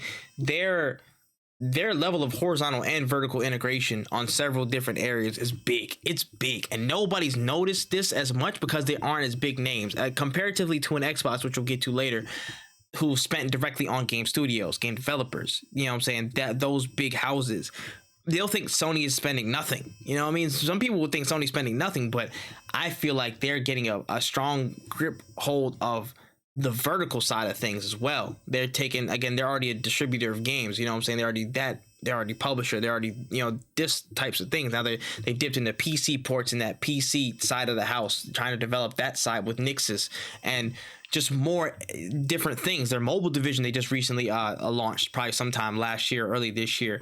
There's just a lot of different dimensions to what they're investing in. And as with everybody else, like it's an arms race to get everywhere and get to everything. They want, this is going to be a war across all fronts. It's not going to be Wild West anymore. It's not going to be Wild West. It's going to be consolidation and survival of the strongest at this point. And Sony knows this.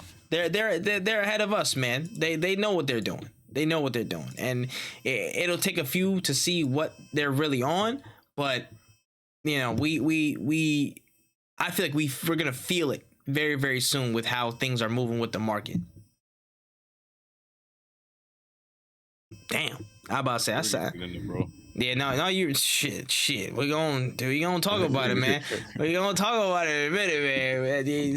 That's for certain, man. But let's move on here to this story. So this came out a couple weeks ago, but I definitely wanted to touch on it. Valve was just getting a bunch of like AI abusers, basically out of the paint. And they have their policy in place that have just been like striking down any games that have been submitted from AI generated art or AI generated text dialogue, whatever it may be. And, you know, they've basically, you know, just outlawed that stuff on the platform in terms of submitting games to be put on their store. And their perception is basically, you don't own that shit. Therefore, you cannot source the materials that's being made from. Therefore, it's not yours to submit, dog. So, Wen, I actually want to stop in with you and talk about this. How do you feel about, you know, this news and the policy coming towards, you know, AI games and Steam? So, first and foremost, the only AI I respect is played for the Sixers. So I just want to put that out there. Oh, shoot. Facts. Genuinely do not care for the people who are like, hey, man, I'm going to use a computer to be talented. Actually, no, that's not fair because there are people who are actually talented on computers. But you know what I mean. So I genuinely feel no sympathy for the people who are using AI generated art to do things on Steam. I think y'all really need to hire artists if you want art. If you think that it's like okay, like to do it without artists, then you should be doing it with AI generated art that has not used art to learn how to draw. You know what I'm saying? Like if you can find something like that, if you can find something that has learned how to draw without taking and like learned from other people's hard work, then yeah, go crazy with your little game. But I'm very happy that Valve is taking that stance. I think it needs to be done in a lot of other places. AI is kind of just like taking over in places that I don't think it really needs to. And truth be told, I don't even know who's really buying these. Who would really be like, oh man, AI, like it's just AI generated art games. Like, bro, come on, son. Just pay somebody. And if you don't have the money to pay somebody, then get some funding. You know, like Kickstarter's a thing. There's a lot of different things out there. Yeah, man. Get a job. Get a job. Yeah. What's a good job? Bro, bitch. I was about to say, this is my thing though. This is my thing. I feel like now we're getting to that point where lines are being drawn in the sand for how AI is supposed to be applied in different contexts of society and life. And I'm glad a lot of people are taking more of this hardline stance to where they're limiting how much AI can get through. This is the response that I want to see. Limiting how much AI gets a foothold in daily processes, daily life, commerce, business, art, whatever. This needs to be happening at all levels. A very hard look at if you cannot source it, if you cannot create it yourself, if it's a prompt, that's not yours, bro. That's an amalgamation of what it can find. That's not yours natively. So I'm glad that Steam has this stance, especially from games. What type of take on me music video type ass game do you think I want to play, bro? Dog, what is that? I'll just turn my motion blur up if I want to feel some AI effects, bro. Like, come on, man. I'll literally go, you know what I'm saying, put my motion blur on max on a Telltale game, if that's what you want me to do. That's as close of AI I'll get. But otherwise, I'm very proud of Valve for taking this stance and being very hardline about cutting, basically just nipping that in the bud, nipping any potential sales that people can get and rip people off of from an AI game. I'm gonna be real. The only thing AI I truly want in my life is them AI songs of SpongeBob and all the characters from SpongeBob singing all these random ass songs from real life. That's all I want. That's all I want, man. Be blessed. Patrick singing never would have made it. That's all I want in my life. And that's it. That's all. That's all I'm saying. But yeah, let's jump on to this next story here. So reflecting on Cyberpunk 2077's troubled launch, CD Projekt's communications boss has argued that the game received some overly harsh criticism when it was first released. He said, quote, "Then it became a cool thing to not like. We really went from hero to zero really fast." So Kai, I just want to take it to you first, man. You think that Cyberpunk was just kind of the victim of a lot of hate bombing, a lot of dogpiling, as it were, from its early days? No, I think all the hate was justified. I don't think it was cool to hate. It was like it became a running joke, and you know that's kind of their fault. to turn around and say, you know, it became cool to laugh at my game. That just sounds like you're just kind of hurt because it was fucking terrible for someone that loved the game. Yeah, it's terrible for a lot of people. So I think there's nothing really like. You just gotta firm that big man. Like, it's one of them ones. Charge it for one of them ones. Nah.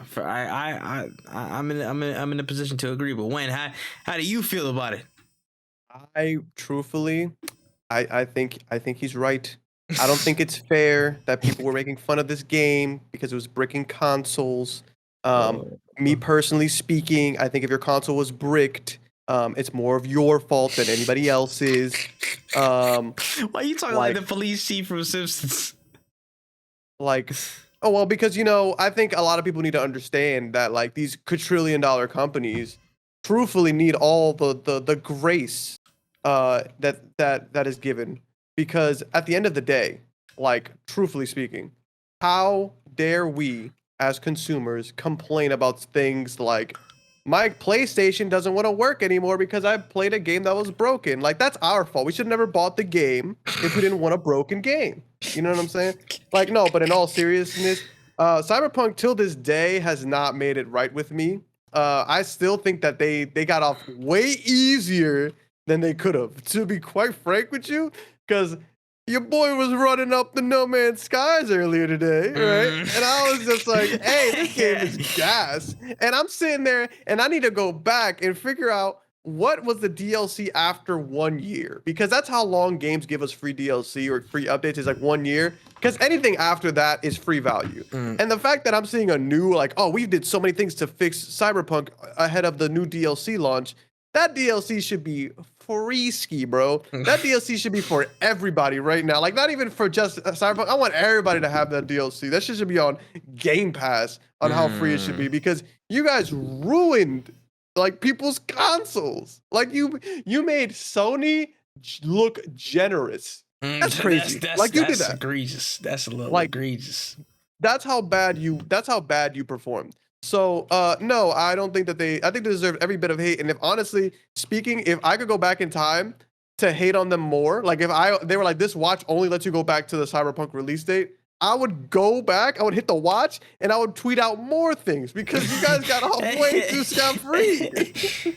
Nah, man, that's crazy. That's crazy. But I will say this, man.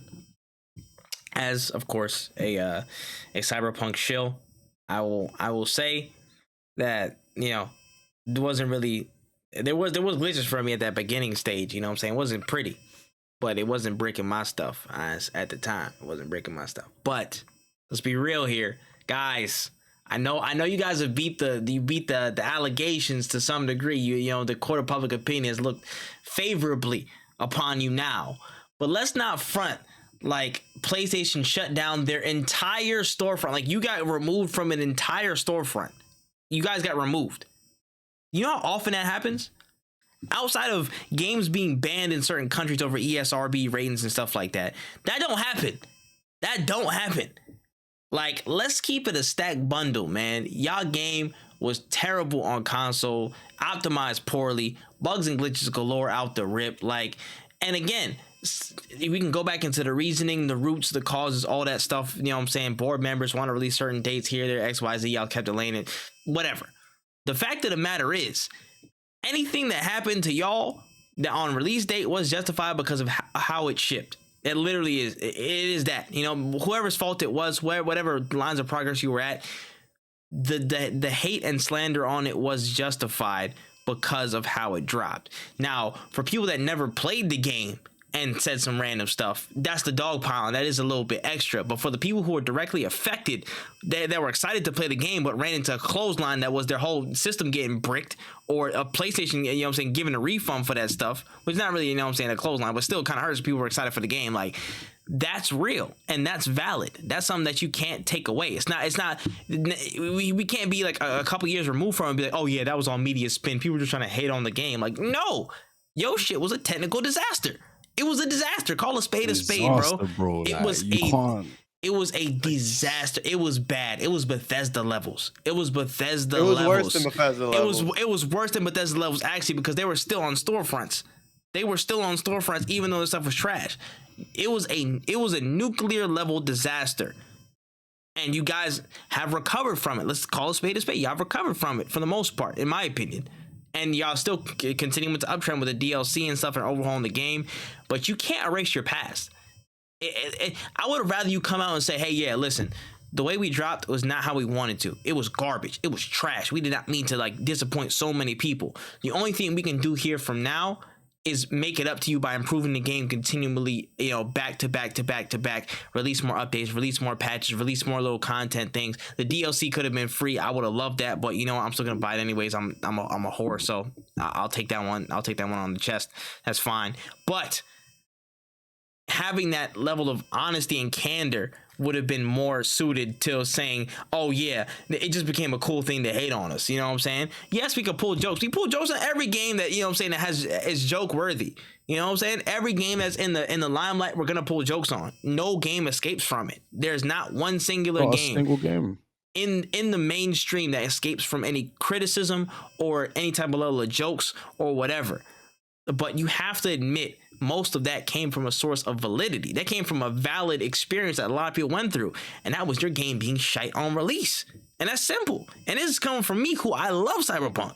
So just be honest. Be honest. That's my thing. All right. Yeah. Go ahead. I heard what you said about having to play it to make fun of it. Absolutely not. I'm gonna make fun of whatever I want. Thank you very much. I haven't played not 1 second of Cyberpunk, but every time I ask my cousin, I remember because he bought it on release. He was like, "It's cool. It just crashes every like hour, so you got to make sure you save." Like I was like, "What the fuck is that even? How is that even like a cool thing? Like that's not a cool thing." Or be like, "No, it's fine. It's just sometimes you got to restart the game because it glitches out." And it's like, all right, bro, that shit is. And that was the good stuff. The worst things were, don't even get me started on that PS4 release. That PS4? doesn't even, yeah, it was on PS4. Yeah, nah. I know it was on PS4. I had a friend who was actually excited for that game. He was like, "You think I should get it on like on PS5 or PS4?" I'm like, and I think he wanted to get a day one on PS4, and he bought it day one on PS4. And I was like, "Bro, I don't think you're prepared for what's gonna happen." And yeah, that happened. And he was like, "Bro, I'm never playing this game again." Yeah. But again, I mean, slander is slander. Do what you must. I'm not gonna stand by here and block. I'm not gonna be a fucking gatekeeper. It's like, stop. You didn't play the game. Let me see your hours. You can't hate on it. Let me see your hours. It's crazy. Like I'm not gonna do all that. I'm not gonna do all that. But yeah, like everybody's entitled to their own opinion from what they see, feel, and hear. So wherever they get their stimuli is wherever they get their stimuli. You know what I mean? So y'all deserved it at first. Y'all definitely deserved it. Y'all recovered. But it was a tough fumble at the start of the game. That's all I'm saying. All right, pushing forward here. Let's get into the trailer trove, man. Had a couple of stories coming out of the cut over the past couple of weeks. Let me switch it to order real quick and talk about it real quick. I know we spoke about it the other day and just had a little tiff about it, but it seems like there's some life in this series yet, because James Cameron has confirmed that a brand new Alita Battle Angel is coming. There's a new movie in the franchise coming in the works, man. Let's go straight to you. How you feel about this? This is actually pretty sick. I actually watched Alita Battle Angel like recently, as in like in this past year. That movie was pretty butt cheeks, but it was really entertaining. Like there were just times I'm like, well, the visuals are absolutely insane. And then like they would start talking to each other, and I'm like, it feels like they were writing. It feels like they're talking to each other, but it feels like they're not talking to each other at the same time. That's how the dialogue felt to me. I was just like, who are y'all talking with? Because it doesn't feel like you guys are even in the same room.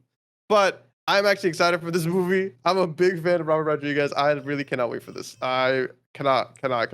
Wait, is he directing the next two? Because I think somebody else announced it, right? Yeah, I think he is a part of it. I think he's. Let me double check to confirm.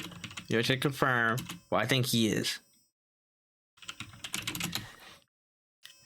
Let me see. I think he was the one that confirmed it, though. Yeah, he was the one that confirmed it. Yeah, he confirmed it. Okay. My bad. For some reason, I thought I saw like a different name. But anyways, big fan of the first movie. Wait, let me see. Actually, no. Because the first one was Roberto Rodriguez that was directing it, but Cameron he was writing. He was writing and a producer on it. That's why. Oh, okay, that makes sense. But yeah, no, I'm actually a pretty big fan of this franchise. It's super silly. It almost like if you watch it, you're gonna be like, there's no reason you guys should like this. Like, there's no reason people should be a fan of this. But I am, and I cannot wait. I cannot wait for the next film. Personally speaking, this feels like, I don't know why I categorize things like this, but certain IPs and stuff that give me a certain feeling. You know how I do, like, you know how I talk about, like, Kane and Bridge of Spirits type games. You know what I'm saying? They'd be like $40 smaller experiences. Like, this reminds me of like the lower end of the spectrum of like a speed racer type of game, like a speed racer type of movie, where it's like like not everybody would like it. It's kind of cultish, but it's like I don't know how to explain it, but it gives me a similar feeling to a lesser degree of a speed racer in some way, shape, or form. I don't know why, but it just does.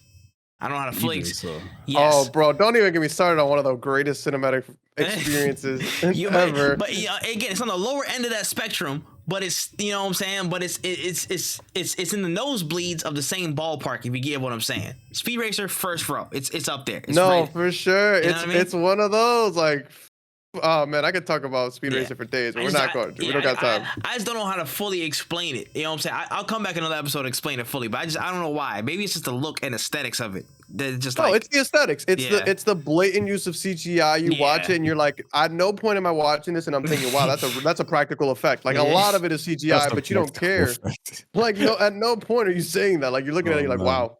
But it's so fun. Like it's just a fun movie, and you're like, wow. I'm not gonna lie.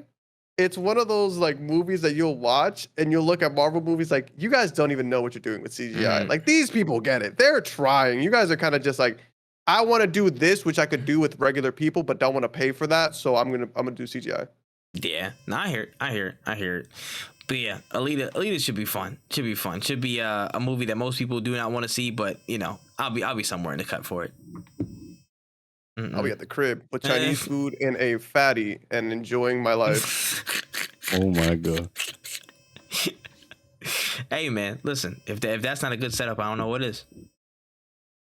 All right, pushing forward here, we got the announcement that Suicide Squad Isekai is coming, and this is going to be an anime based on, of course, the WB property Suicide Squad, coming from Studio Wit, who did Spy Family, Attack on Titan season 1 through 3, Vinland Saga, and a whole lot more, and WB Japan. They had a first trailer come up the other day. Very interesting stuff, man. But Kai, how do you feel about Suicide Squad Isekai? I think it looked cool. I think it's gonna be a cool watch. I saw something that made me laugh. They were like, my initial thoughts when I saw this, because I think the Joker's like mouth is like tattooed on. It's not his real mouth.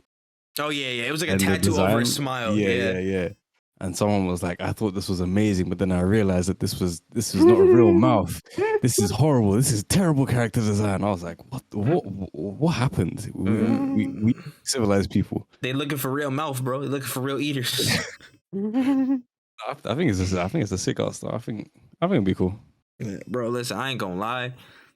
I never thought this day would come where, you know what I'm saying, where I'm seeing it more in an anime style. I mean, we had that one Batman animated film that was like him in Japan and like the few You times. that talking was there. about Batman Ninja or Batman Yeah, Samurai? I cannot remember the name. Yeah, That yeah, went yeah. crazy. Which That I'm like, was hard. and again, it's a hop, skip, and a step away from this, which I'm like, I'm not mad at it. You know what I'm saying?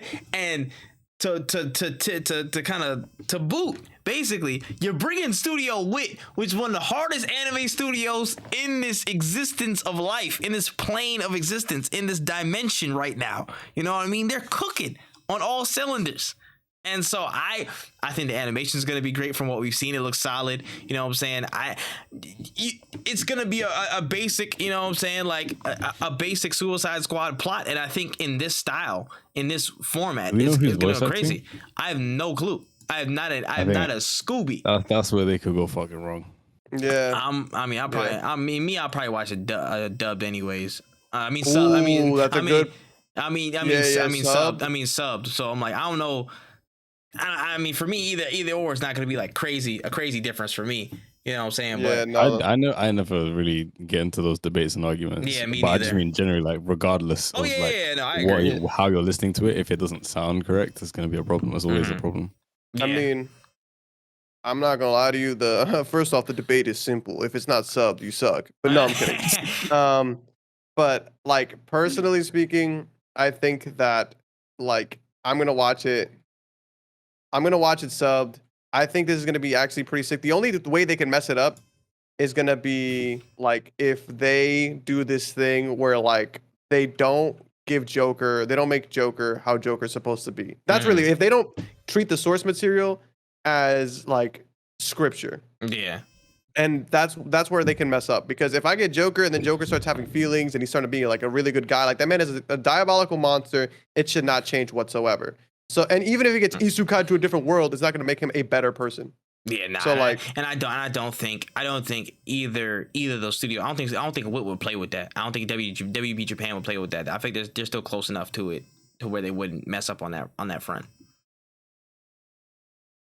That's just me though. That's just a feeling. But No, yeah. for sure. And I think you're correct. I genuinely do feel like they won't really ruin that, but that's the only way I could see it going wrong. Because the only other way is like if it's a horrible English voice actor. Like Batman Year One, they had Bryan Cranston as no. This was the best one. Bryan Cranston as Detective Gordon. Yeah. Best cast, like one of the best casting for Detective Gordon. I thought it was phenomenal. And then you had who was it for freaking what's his face for Batman? I can't remember what his name is, but like that casting, I was like, oh, this is awful. Yeah, I'm trying to remember. I don't know. Off the top of my head, I don't know. No, but like that's a good example of like people where I'm like, man, I wish somebody else was voicing Batman right now. Mm-hmm. Yeah, no, I hear it. Yeah, it's gotta get those tweaks right. But I think this is something that is good. I feel like natively, you automatically have a much higher success rate adapting something to an anime before, you know what I'm saying, anything live action or even a certain like I guess Western animation thing. At least from an action standpoint, you know what I mean? Mm-hmm. I just think there's much more cool room to do some dope stuff, and I feel like maybe it's the fact that it has been unexplored, merging more of the Western IPs to anime stuff that is just like giving me that bias. But I want to see more of it. I want to see more of it. I want to see more of it, but I don't want it to get like overused. Like, yeah, I don't. I feel like shit really, really quick. I think we're in the early stages though, where it's like in maybe like 2 years time, maybe we're gonna see like everything try and be adapted to anime and everybody's gonna hate it. But I feel like right now we're in like that good, like the river is like it's got just enough speed to it to where you're seeing some stuff. Yeah, like we got anime is anime, and you know the animated stuff is the animated stuff. You know what I mean? Like there's still that separation. Yeah, we got the Edge Runners. We had the what's it called? We had Edge Runners. We had Star Wars Visions. You know what I'm saying? We had those things come across in the past year or two or so. Again, in the really really early days when it was not, it was Castlevania's type stuff. Like it was those things, and even then it wasn't fully fledged. It wasn't fully out there. But now we're starting to get into what it can be before it's oversaturated. I think we're just starting to hit that. Not necessarily. We're a little bit before the sweet spot, in my opinion. We're a little bit before the sweet spot. I don't even know when the sweet spot, like when the peak will be, because I don't think that it's ever going to get to a point where they're just like, we're definitely only doing animated stuff. Oh yeah, like we're only doing anime stuff. I should say, because even then, like the people who are doing anime stuff correctly are super busy. Like yeah. Imagine if they would have said Mappa made that. Like you'd have been like, no, they didn't. You said you're lying. There's no way in hell these busy ass motherfuckers could do that. Like there's no way. So like I think we are going to get to a point where like we have way more stuff like this, but I don't think it's ever going to get to a point where like they just say, hey, we're not doing American animation anymore. Because even like look at the Superman show that came out that I need to actually watch because that looks actually really good.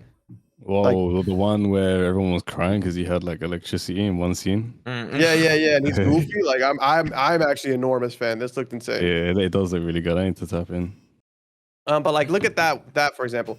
I think that show is an example of like a good combination between the two because it looks very anime, but it's not. I think it's an American studio, if I'm not mistaken. I could be wrong, but it's designed to be an American show. Mm-hmm. It's probably why they hate it. Yeah, probably. Word. Yeah, interesting, man. But in terms of isekai, I'm tapped in, man. I want to see it.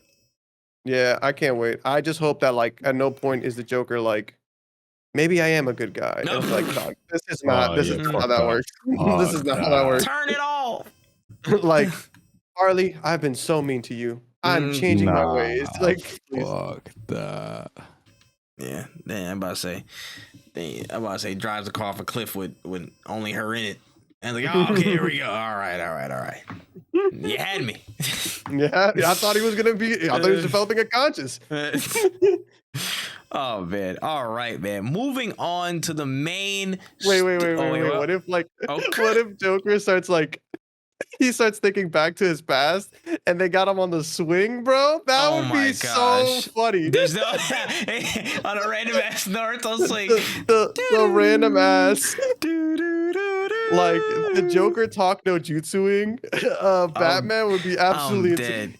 We're the same, you and I. Nah, that's actually insane, bro. You gotta stop this, man. We gotta save the village, bro. You're better than this. It's like, what do you mean? Oh my god. That's a wild ass shit, bro. Nah, that would actually be hilarious.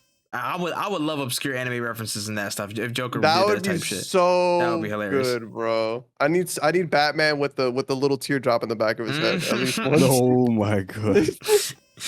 Or Alfred being Yeah. like, Alfred, we need to I need my suit cleaned, and it's like Alfred with the little teardrop. That would be so funny. Right away, sir. Oh shit. Nah, that Batman with some of those anime expressions would be very, very hilarious. That would be actually funny as fuck to see. I'm down for that. I'm down for that. Oh man. All right. It's main story time, y'all. The elephant in the room. The unsolvable mystery as it seems, because it's still going on, man. But at least from a certain level, we've heard it. The gavel heard around the world, aka the news that Microsoft has beaten the FTC's injunction claim, and they are free, tentatively, to close the Activision-Blizzard deal with no further delay in the U.S. Now, as I'm saying this, the funniest thing is that the FTC filed for an appeal, so they're trying to fight the decision that's already been laid down to deny the injunction, and the Ninth Circuit Court of Appeals has about 1 day to really settle this, I'm pretty sure, and then try and find some verdict by Friday, or else it gets fully closed down and there's no time. But let's operate as if they barely have anything to hold on to, because I don't think they really do have anything to hold on to in this case. But it was hold up, you know what I'm saying? The judge in the original ruling basically said that the arguments on the side of the FTC, including PlayStation and Jim Ryan's deposition, were too weak and actually were contrary up to the predicted effect of Call of Duty being more available in more places and competition increasing fairly in the market. You know, of course, this made a lot of waves.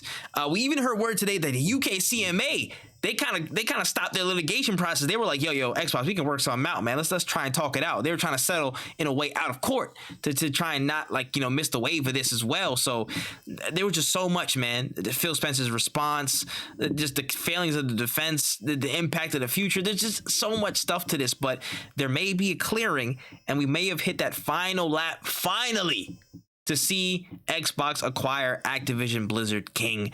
So Kai, let's start with you. Your raw reaction to the case, to the news of Xbox getting ever so close to acquiring Activision. When I saw the most recent update, I was just sitting at my desk at work, and I read it. I scrolled past it. I scrolled up. I was like, oh shit. I was like, oh shit.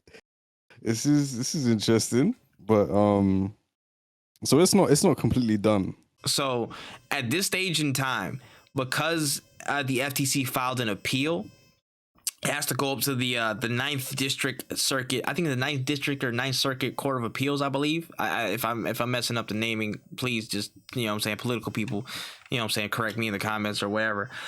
And then they have to make a review. They review the case that transpired, and they have to just make that decision of whether they uphold the ruling or they deny the ruling, and then they apply the injunction. So, you know, this is probably going to be a quicker transition.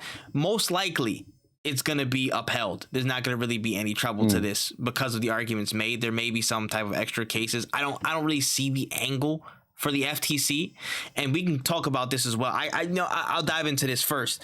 And it was Khalif Adams from Spawn on Me that brought up a great point, and I wanted to definitely double down here and talk about that. Just how the case went, bro. Like, dog, people are really stupid. And by people, I mean the U.S. government. And by U.S. government, I mean the FTC. Let's call this in. The lawmakers and the judicial people, the legal entities, the powers that be on cases like this about technology and video games and stuff, they're so blank in the mind when it comes to video games.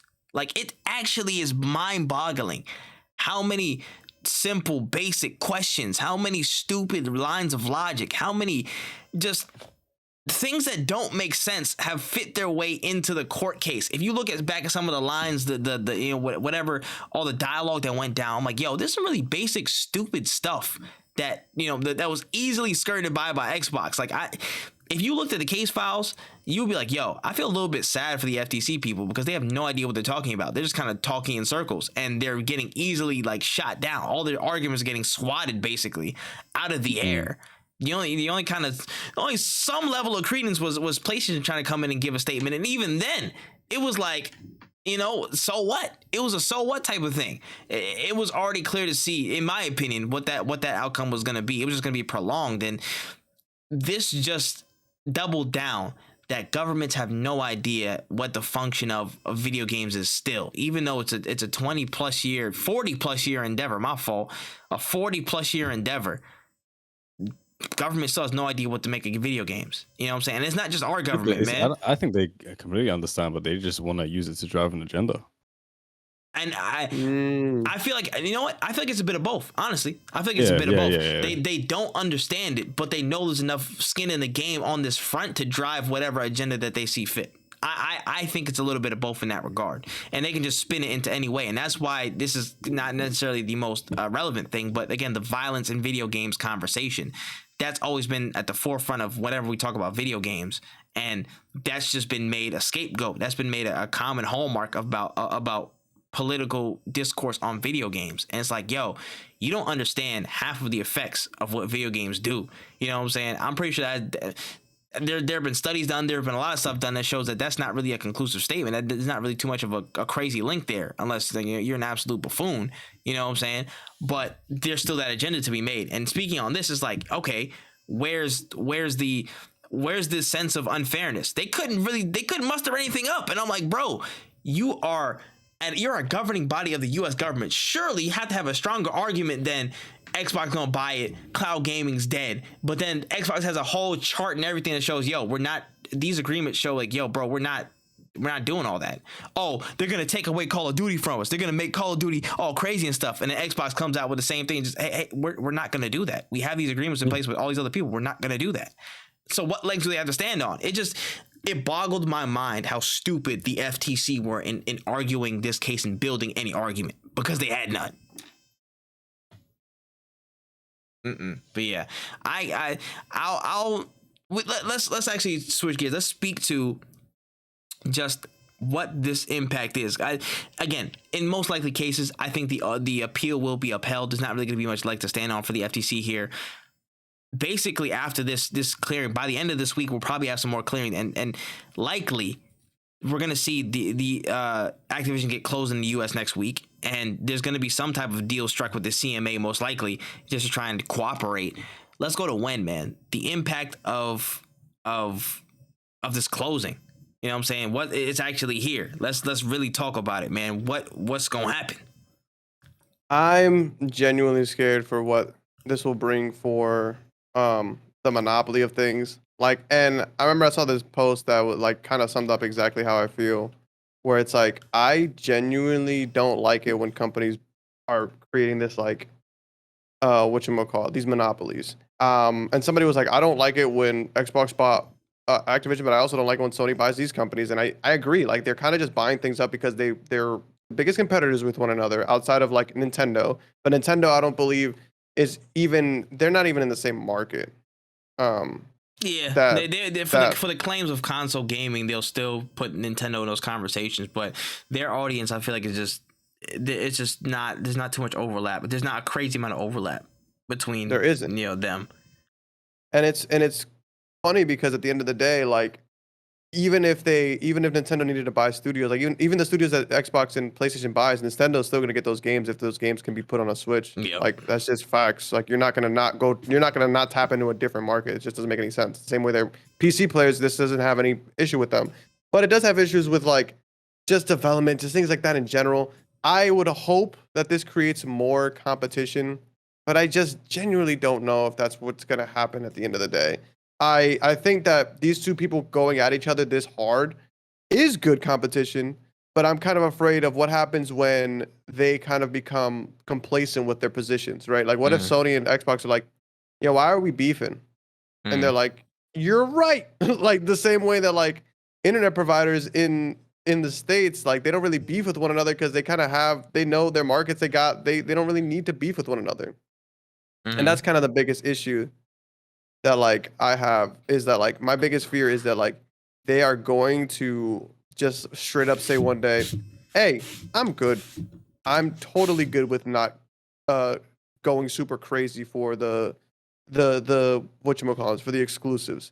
I don't know if that day will come, but that's my biggest fear, is that now that is a possibility if they just keep creating these monopolies, these big ass problems. Mm-hmm. Yeah, there's so many layers to this, bro, and it's like it's hard not to, you know what I'm saying, pull like a Dr. Manhattan type shit and just like try and think of all the type of timelines and all the type of possibilities, and it's just overthink, you know, what everything is gonna happen. I'll start with more the negative side. I'll kind of jump off of where you were. This scares me in the sense of capitalism and turning things into, again, an oligopoly, and just like making the few stronger where everybody else is just struggling to get up and get on. Like this is tough in terms of, yeah, this is a big shot to the heart of kind of keeping things as they were. And I think that personally, down the line, this is going to start an arms race for acquiring companies in the gaming space. And I don't just mean between PlayStation and between Xbox. I mean every single tech company that's out there. I think that this is like a shot to where, hey, Activision's one of the biggest companies in gaming, period. Like, again, 69 something billion. They got Activision, they got Blizzard, they got King, which is a huge mobile just conglomerate, a huge mobile presence. If they can be gotten, a lot of things can be gotten at, you know what I'm saying? And I'm thinking about like the Apples of the world, the Facebooks of the world, you know what I'm saying? Like Google, who are outside of that gaming sphere, who may want to weigh in. And maybe console development isn't their bag in. Maybe that isn't. But maybe game publishing is. Maybe game development, maybe making their own studio, how Amazon started to find that foothold. Maybe that's their way in. And I just see that in my head, this is opening the floodgates to an absolute crazy wave of acquisition, not just from the known players that we have in the gaming space, but from outsiders, from people who aren't natively in gaming, to come in and stake a claim, find a plot of land, and increase their foothold. And it's not going to be everybody comes in and tries to operate one side. It's going to be the big boys. It's going to be the Apples, the Facebooks, or Metas of the world. It's going to be those types of cats, you know what I'm saying, looking in like, oh, what y'all got going on over there? Let's see what we can do. And whether that's good, whether that's bad, it's going to change things. I think this deal changes a lot of things and changes the perception of, oh, can we really get into the gaming sphere, to, oh, Xbox is getting on that way. I think we could do that too. I think it's opening that possibility, and whether that's good, whether that's bad, I don't know. But it's going to change a lot of different shit in how we look at things over the next couple of years. I think that's serious. And yeah, I don't know what it's gonna do to a lot of different things going forward, but at least to that more concerning aspect, I'll see it there. But to talk about the what's it called? I guess the more positive side, I think actually this is gonna do great for competition, and there's a reason why I think that as we saw earlier, and we talked about those numbers about Call of Duty and numbers about PlayStation and stuff like that. There's a reason why they were so adamant in not having and not making sure Xbox didn't go through with this. Basically, one, Call of Duty first and foremost, and two, Game Pass. I think that the level of competition now has gone to a different front. PlayStation has their model, Xbox has their model. But I feel like when it comes to customer perception, the much more lucrative model is Xbox's. And they've done very well to establish that business model over the past 5 to 6 years. Since whatever, 2016 or 17, when this thing got first announced and first kicked off. Now they have the backing. Now they have a lot deeper bag to really throw stuff. We're already seeing a bunch of these random reports and speculation that damn near every Call of Duty is going to be on a Game Pass by 2025, and that's an insane statement. To where, you know what I'm saying, Call of Duty's been cease and desisted. Some Call of Duty still cost $60. If you're putting those on Game Pass, like off the rip like that, that's a huge selling point. Whether you want to say yes, no, or the third or not, it's a huge selling point for Game Pass. That's something that PlayStation does not have and will not have. You know what I'm saying? It doesn't mean it's not available everywhere, but available for basically essentially free, where those titles cost like how much money on different gaming storefronts.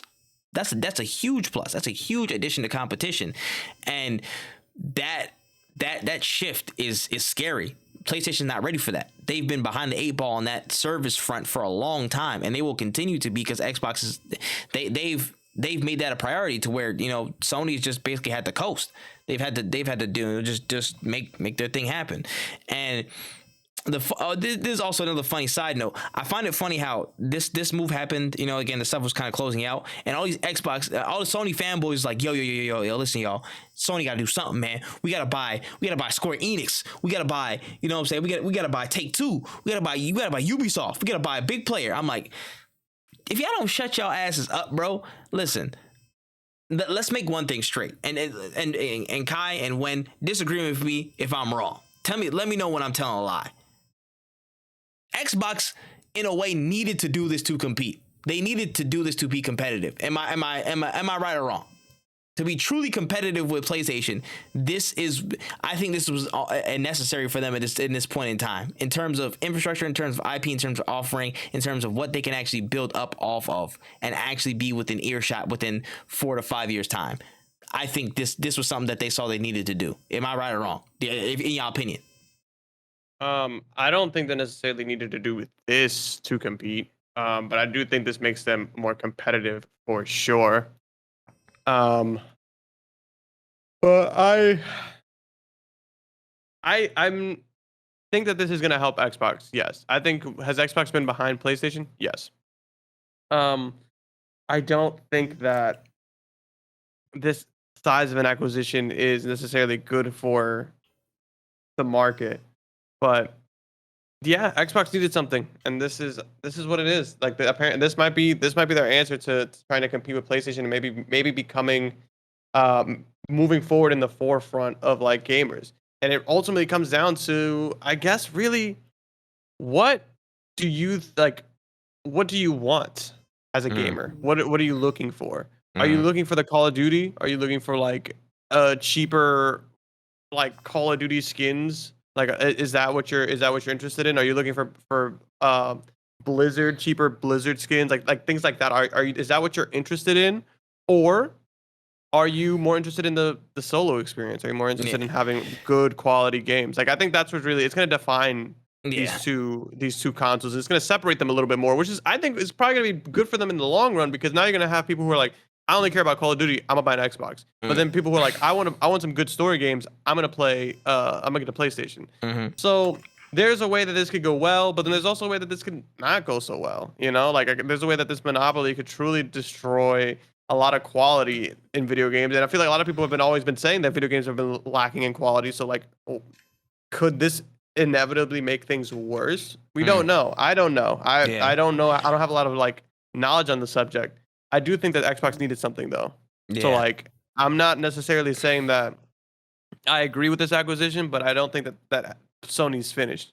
Yeah, and again, I completely forget if I said it right in the line of conversation. Again, Xbox, in my opinion, needed this to really catch up. This is a booster they need to get in the conversation with them, to at least start the conversation of, hey, we can go head to head like we were going in the 360 days. They lost 8+ years in the Xbox One era. They lost a damn near a decade of getting their ass whooped. They've been losing ever since that Xbox One release date. You know what I'm saying? They've been losing since that announcement date. They've been losing. And so this is their leg up trying to get back in the competition. Sony does not need to make a major move at all, because they're so far ahead in the market, guys. I feel like people misconstrue the fact of maybe a shift is happening in the industry where people start to acquire, you know, big players more, that everybody needs to do it. PlayStation does not need to do that in the slightest. They just need to focus on the few things that they need to focus on, probably ramp up again, to continue with their first party stuff. And I would say, if they're that bent up out of shape about their subscription offering in competition to Game Pass, upgrade that. Figure out how to make that. You know what I'm saying? If you're not going to compromise on keeping first party games, you know what I'm saying, out of that rotation, then you got to bear the brunt of being second place. Because what I'm seeing is that Xbox has already built their infrastructure and their service of Xbox Game Pass to be top tier, to be inclusive of games that are more accessible day one. Again, the exclusives, the this, that, and the third top tiers. Now, the only missing piece is creating better quality games, is creating those top of the line experiences. Now, I don't know which one is harder to go. I don't know which direction is harder to carry on in, to create a great service or to create great games for a service or for your platform. That is easier said than done, and I cannot tell you the answer right now. But the shorter distance to catch up at, again, I can't tell you, but all I'm saying is the piece of the puzzle that I feel like is maybe slightly easier to solve.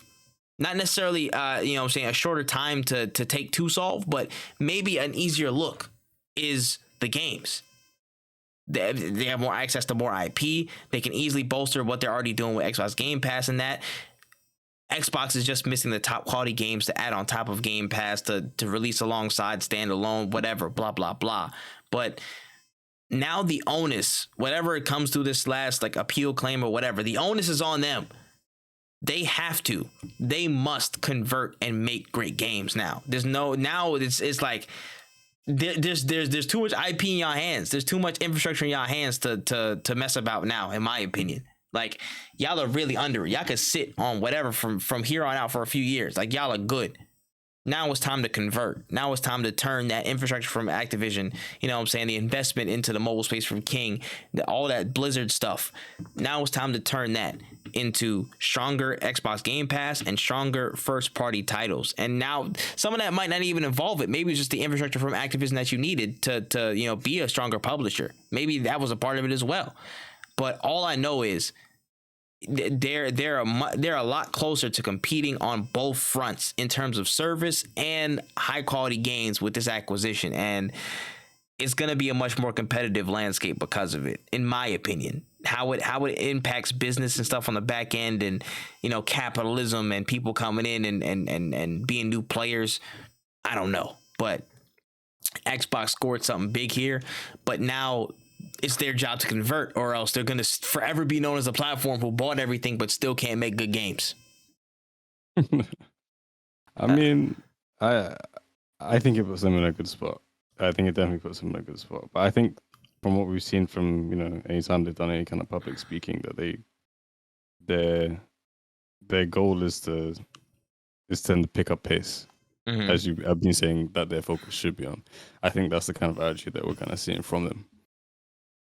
So it's going to be interesting to see how things progress in the next like, I'll give it 5 years. Yeah, I see what that road looks like. By the time their next console drops, they need to have their first party absolutely stacked, ready to go for the new generation. And I'm not saying it's got to start building. By 4 years, they need to have at least a good flow of a couple solid releases a year.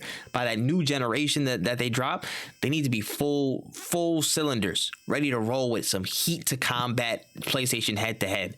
In my opinion, they got to have at least something to combat, to have a conversation. If you can at least garner the conversation of, maybe Xbox had the better exclusives this year, then you've made a good marker of progress by that time. That's my opinion. Man. Yeah. In the meantime, my Game Pass is refreshed and renewed. If y'all want to send us some extra stuff, I know y'all brought back $1 codes. Philly Spencer, holla at us, man. Holla at us. Some free Game Pass wouldn't hurt either. Philly Spencer. Yeah, Philly Spence, man. Come on, Big Spence. Hit us up, man. I'm dead. But we actually just got blacklisted. Hey, man. Nah. It's so bad. PlayStation's gonna start working with us. Hey, that's crazy. Finesse into a bag, man. Finesse to a bag. Yeah, you gotta do what you do, man. And this is me, Kxngviii, who said that. I definitely called him Philly Spence. I definitely did that. Oh, full deniability, baby, full deniability. But that's pretty much the main story. That's all the stories I got on the show notes for this week. So anything that we might have missed in the back of our heads, anything that might have slipped by us on the radar? I do not believe so. Yeah, I don't think so either. Hey, go see Barbenheimer, man. Barbenheimer in the building. All right, man. Double I features. can't lie, I actually just booked that. Nah, look, both of them. Yeah. Yeah. You gotta make sure you watch it in the appropriate IMAX settings, though. Facts. You gotta wear a pink suit with a black bowler hat. Just I heard to really. if you don't watch Oppenheimer in IMAX, he sends you a text message. Say, Ace, I'd be a little bitch.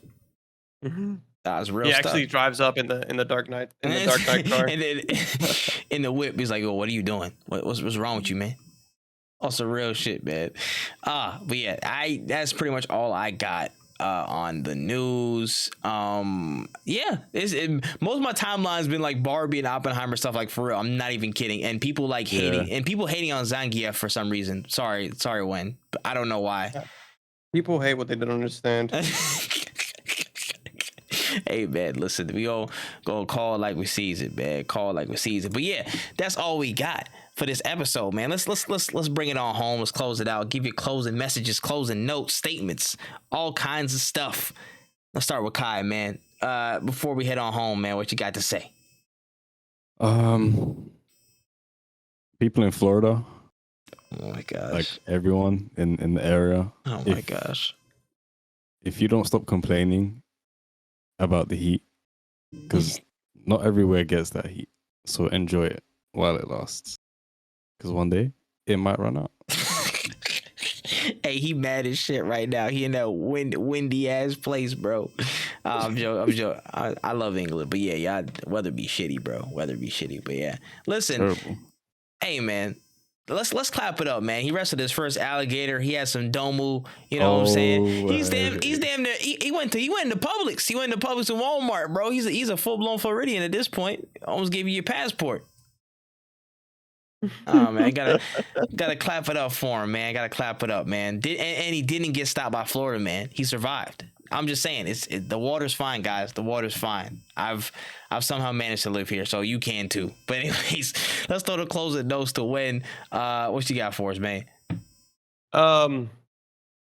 Lift with your legs. That's the best advice I could ever give anybody. This nigga threw his back out. I'm dead. Why? I know it was your back. I know. My lower back is killing me right now, and that's because I tried to lift this fucking monster of a PC like 3 weeks ago. My lower back has not recovered. So lift with your legs, kid. 3 weeks ago. Yeah. Man. I'm washed, man. I'm washed. Back in the day, I could lift a boulder with my back and be like, wow, that was a little uncomfortable. And now I qualify for an AARP card at this point. I'm dead. Oh man, send some money so we can get his MRI in, please. But my closing notes, of course. Make sure you check out No Cooldown Podcast on all audio listening platforms, your Spotify's, your Apple Podcasts, your Stitchers, all that good stuff. I think actually Stitcher might be shutting down. That's tough. My fault. Erase that. What I said. Just search up No Cooldown on your favorite audio podcast platform. We'll be right there. No Cooldown is right. YouTube.com/@NoCooldown as well for all the special content that we're running. All the exclusive content you won't find anywhere else on there. Check out all of our social pages. No Cooldown Podcast. No Cooldown Pod on Twitter. No Cooldown Podcast on IG and Threads as of like an hour and a half ago because I saw that alert. And yeah, check out all the dope individual content. Check out Kai's IG. That's Kxngviii. Got a lot of dope stuff that he does from week to week. His very much, a eclectic mix of creative shit. This man's everywhere. He'll be on somebody else's TikTok page getting interviewed. Then he's on IGN. Then he's on somewhere else. Yeah, the next day. He's a globetrotter. He's a globetrotter, man. He be doing it for real, man. He even came out to see me last week. It's crazy. But go check him out to see what he does. Go check out Wotaku channel. It's WOTAKU channel for all the dope stuff that they do. Streaming everything from Grounded to Street Fighter. Gaming tier list for releases. Everything under the sun you would want in terms of gaming reactions, dope stuff. You don't want to miss it. Go drop a sub over there. ThatManTripp on all platforms. Go check out my stuff if y'all want to. And if y'all listening to this within the week of July the 13th, 14th, probably as of this drop, there is something going down called the Scuffle on the 15th. Man, it's a Street Fighter tournament. If you check it out, man, just check out @AllForGrowth on Twitter. You know what I'm saying? You won't be disappointed, man. That's all I'm saying. You won't be disappointed. But with that being said, that has been episode 72 of No Cooldown Podcast. And right there, bye. Bye.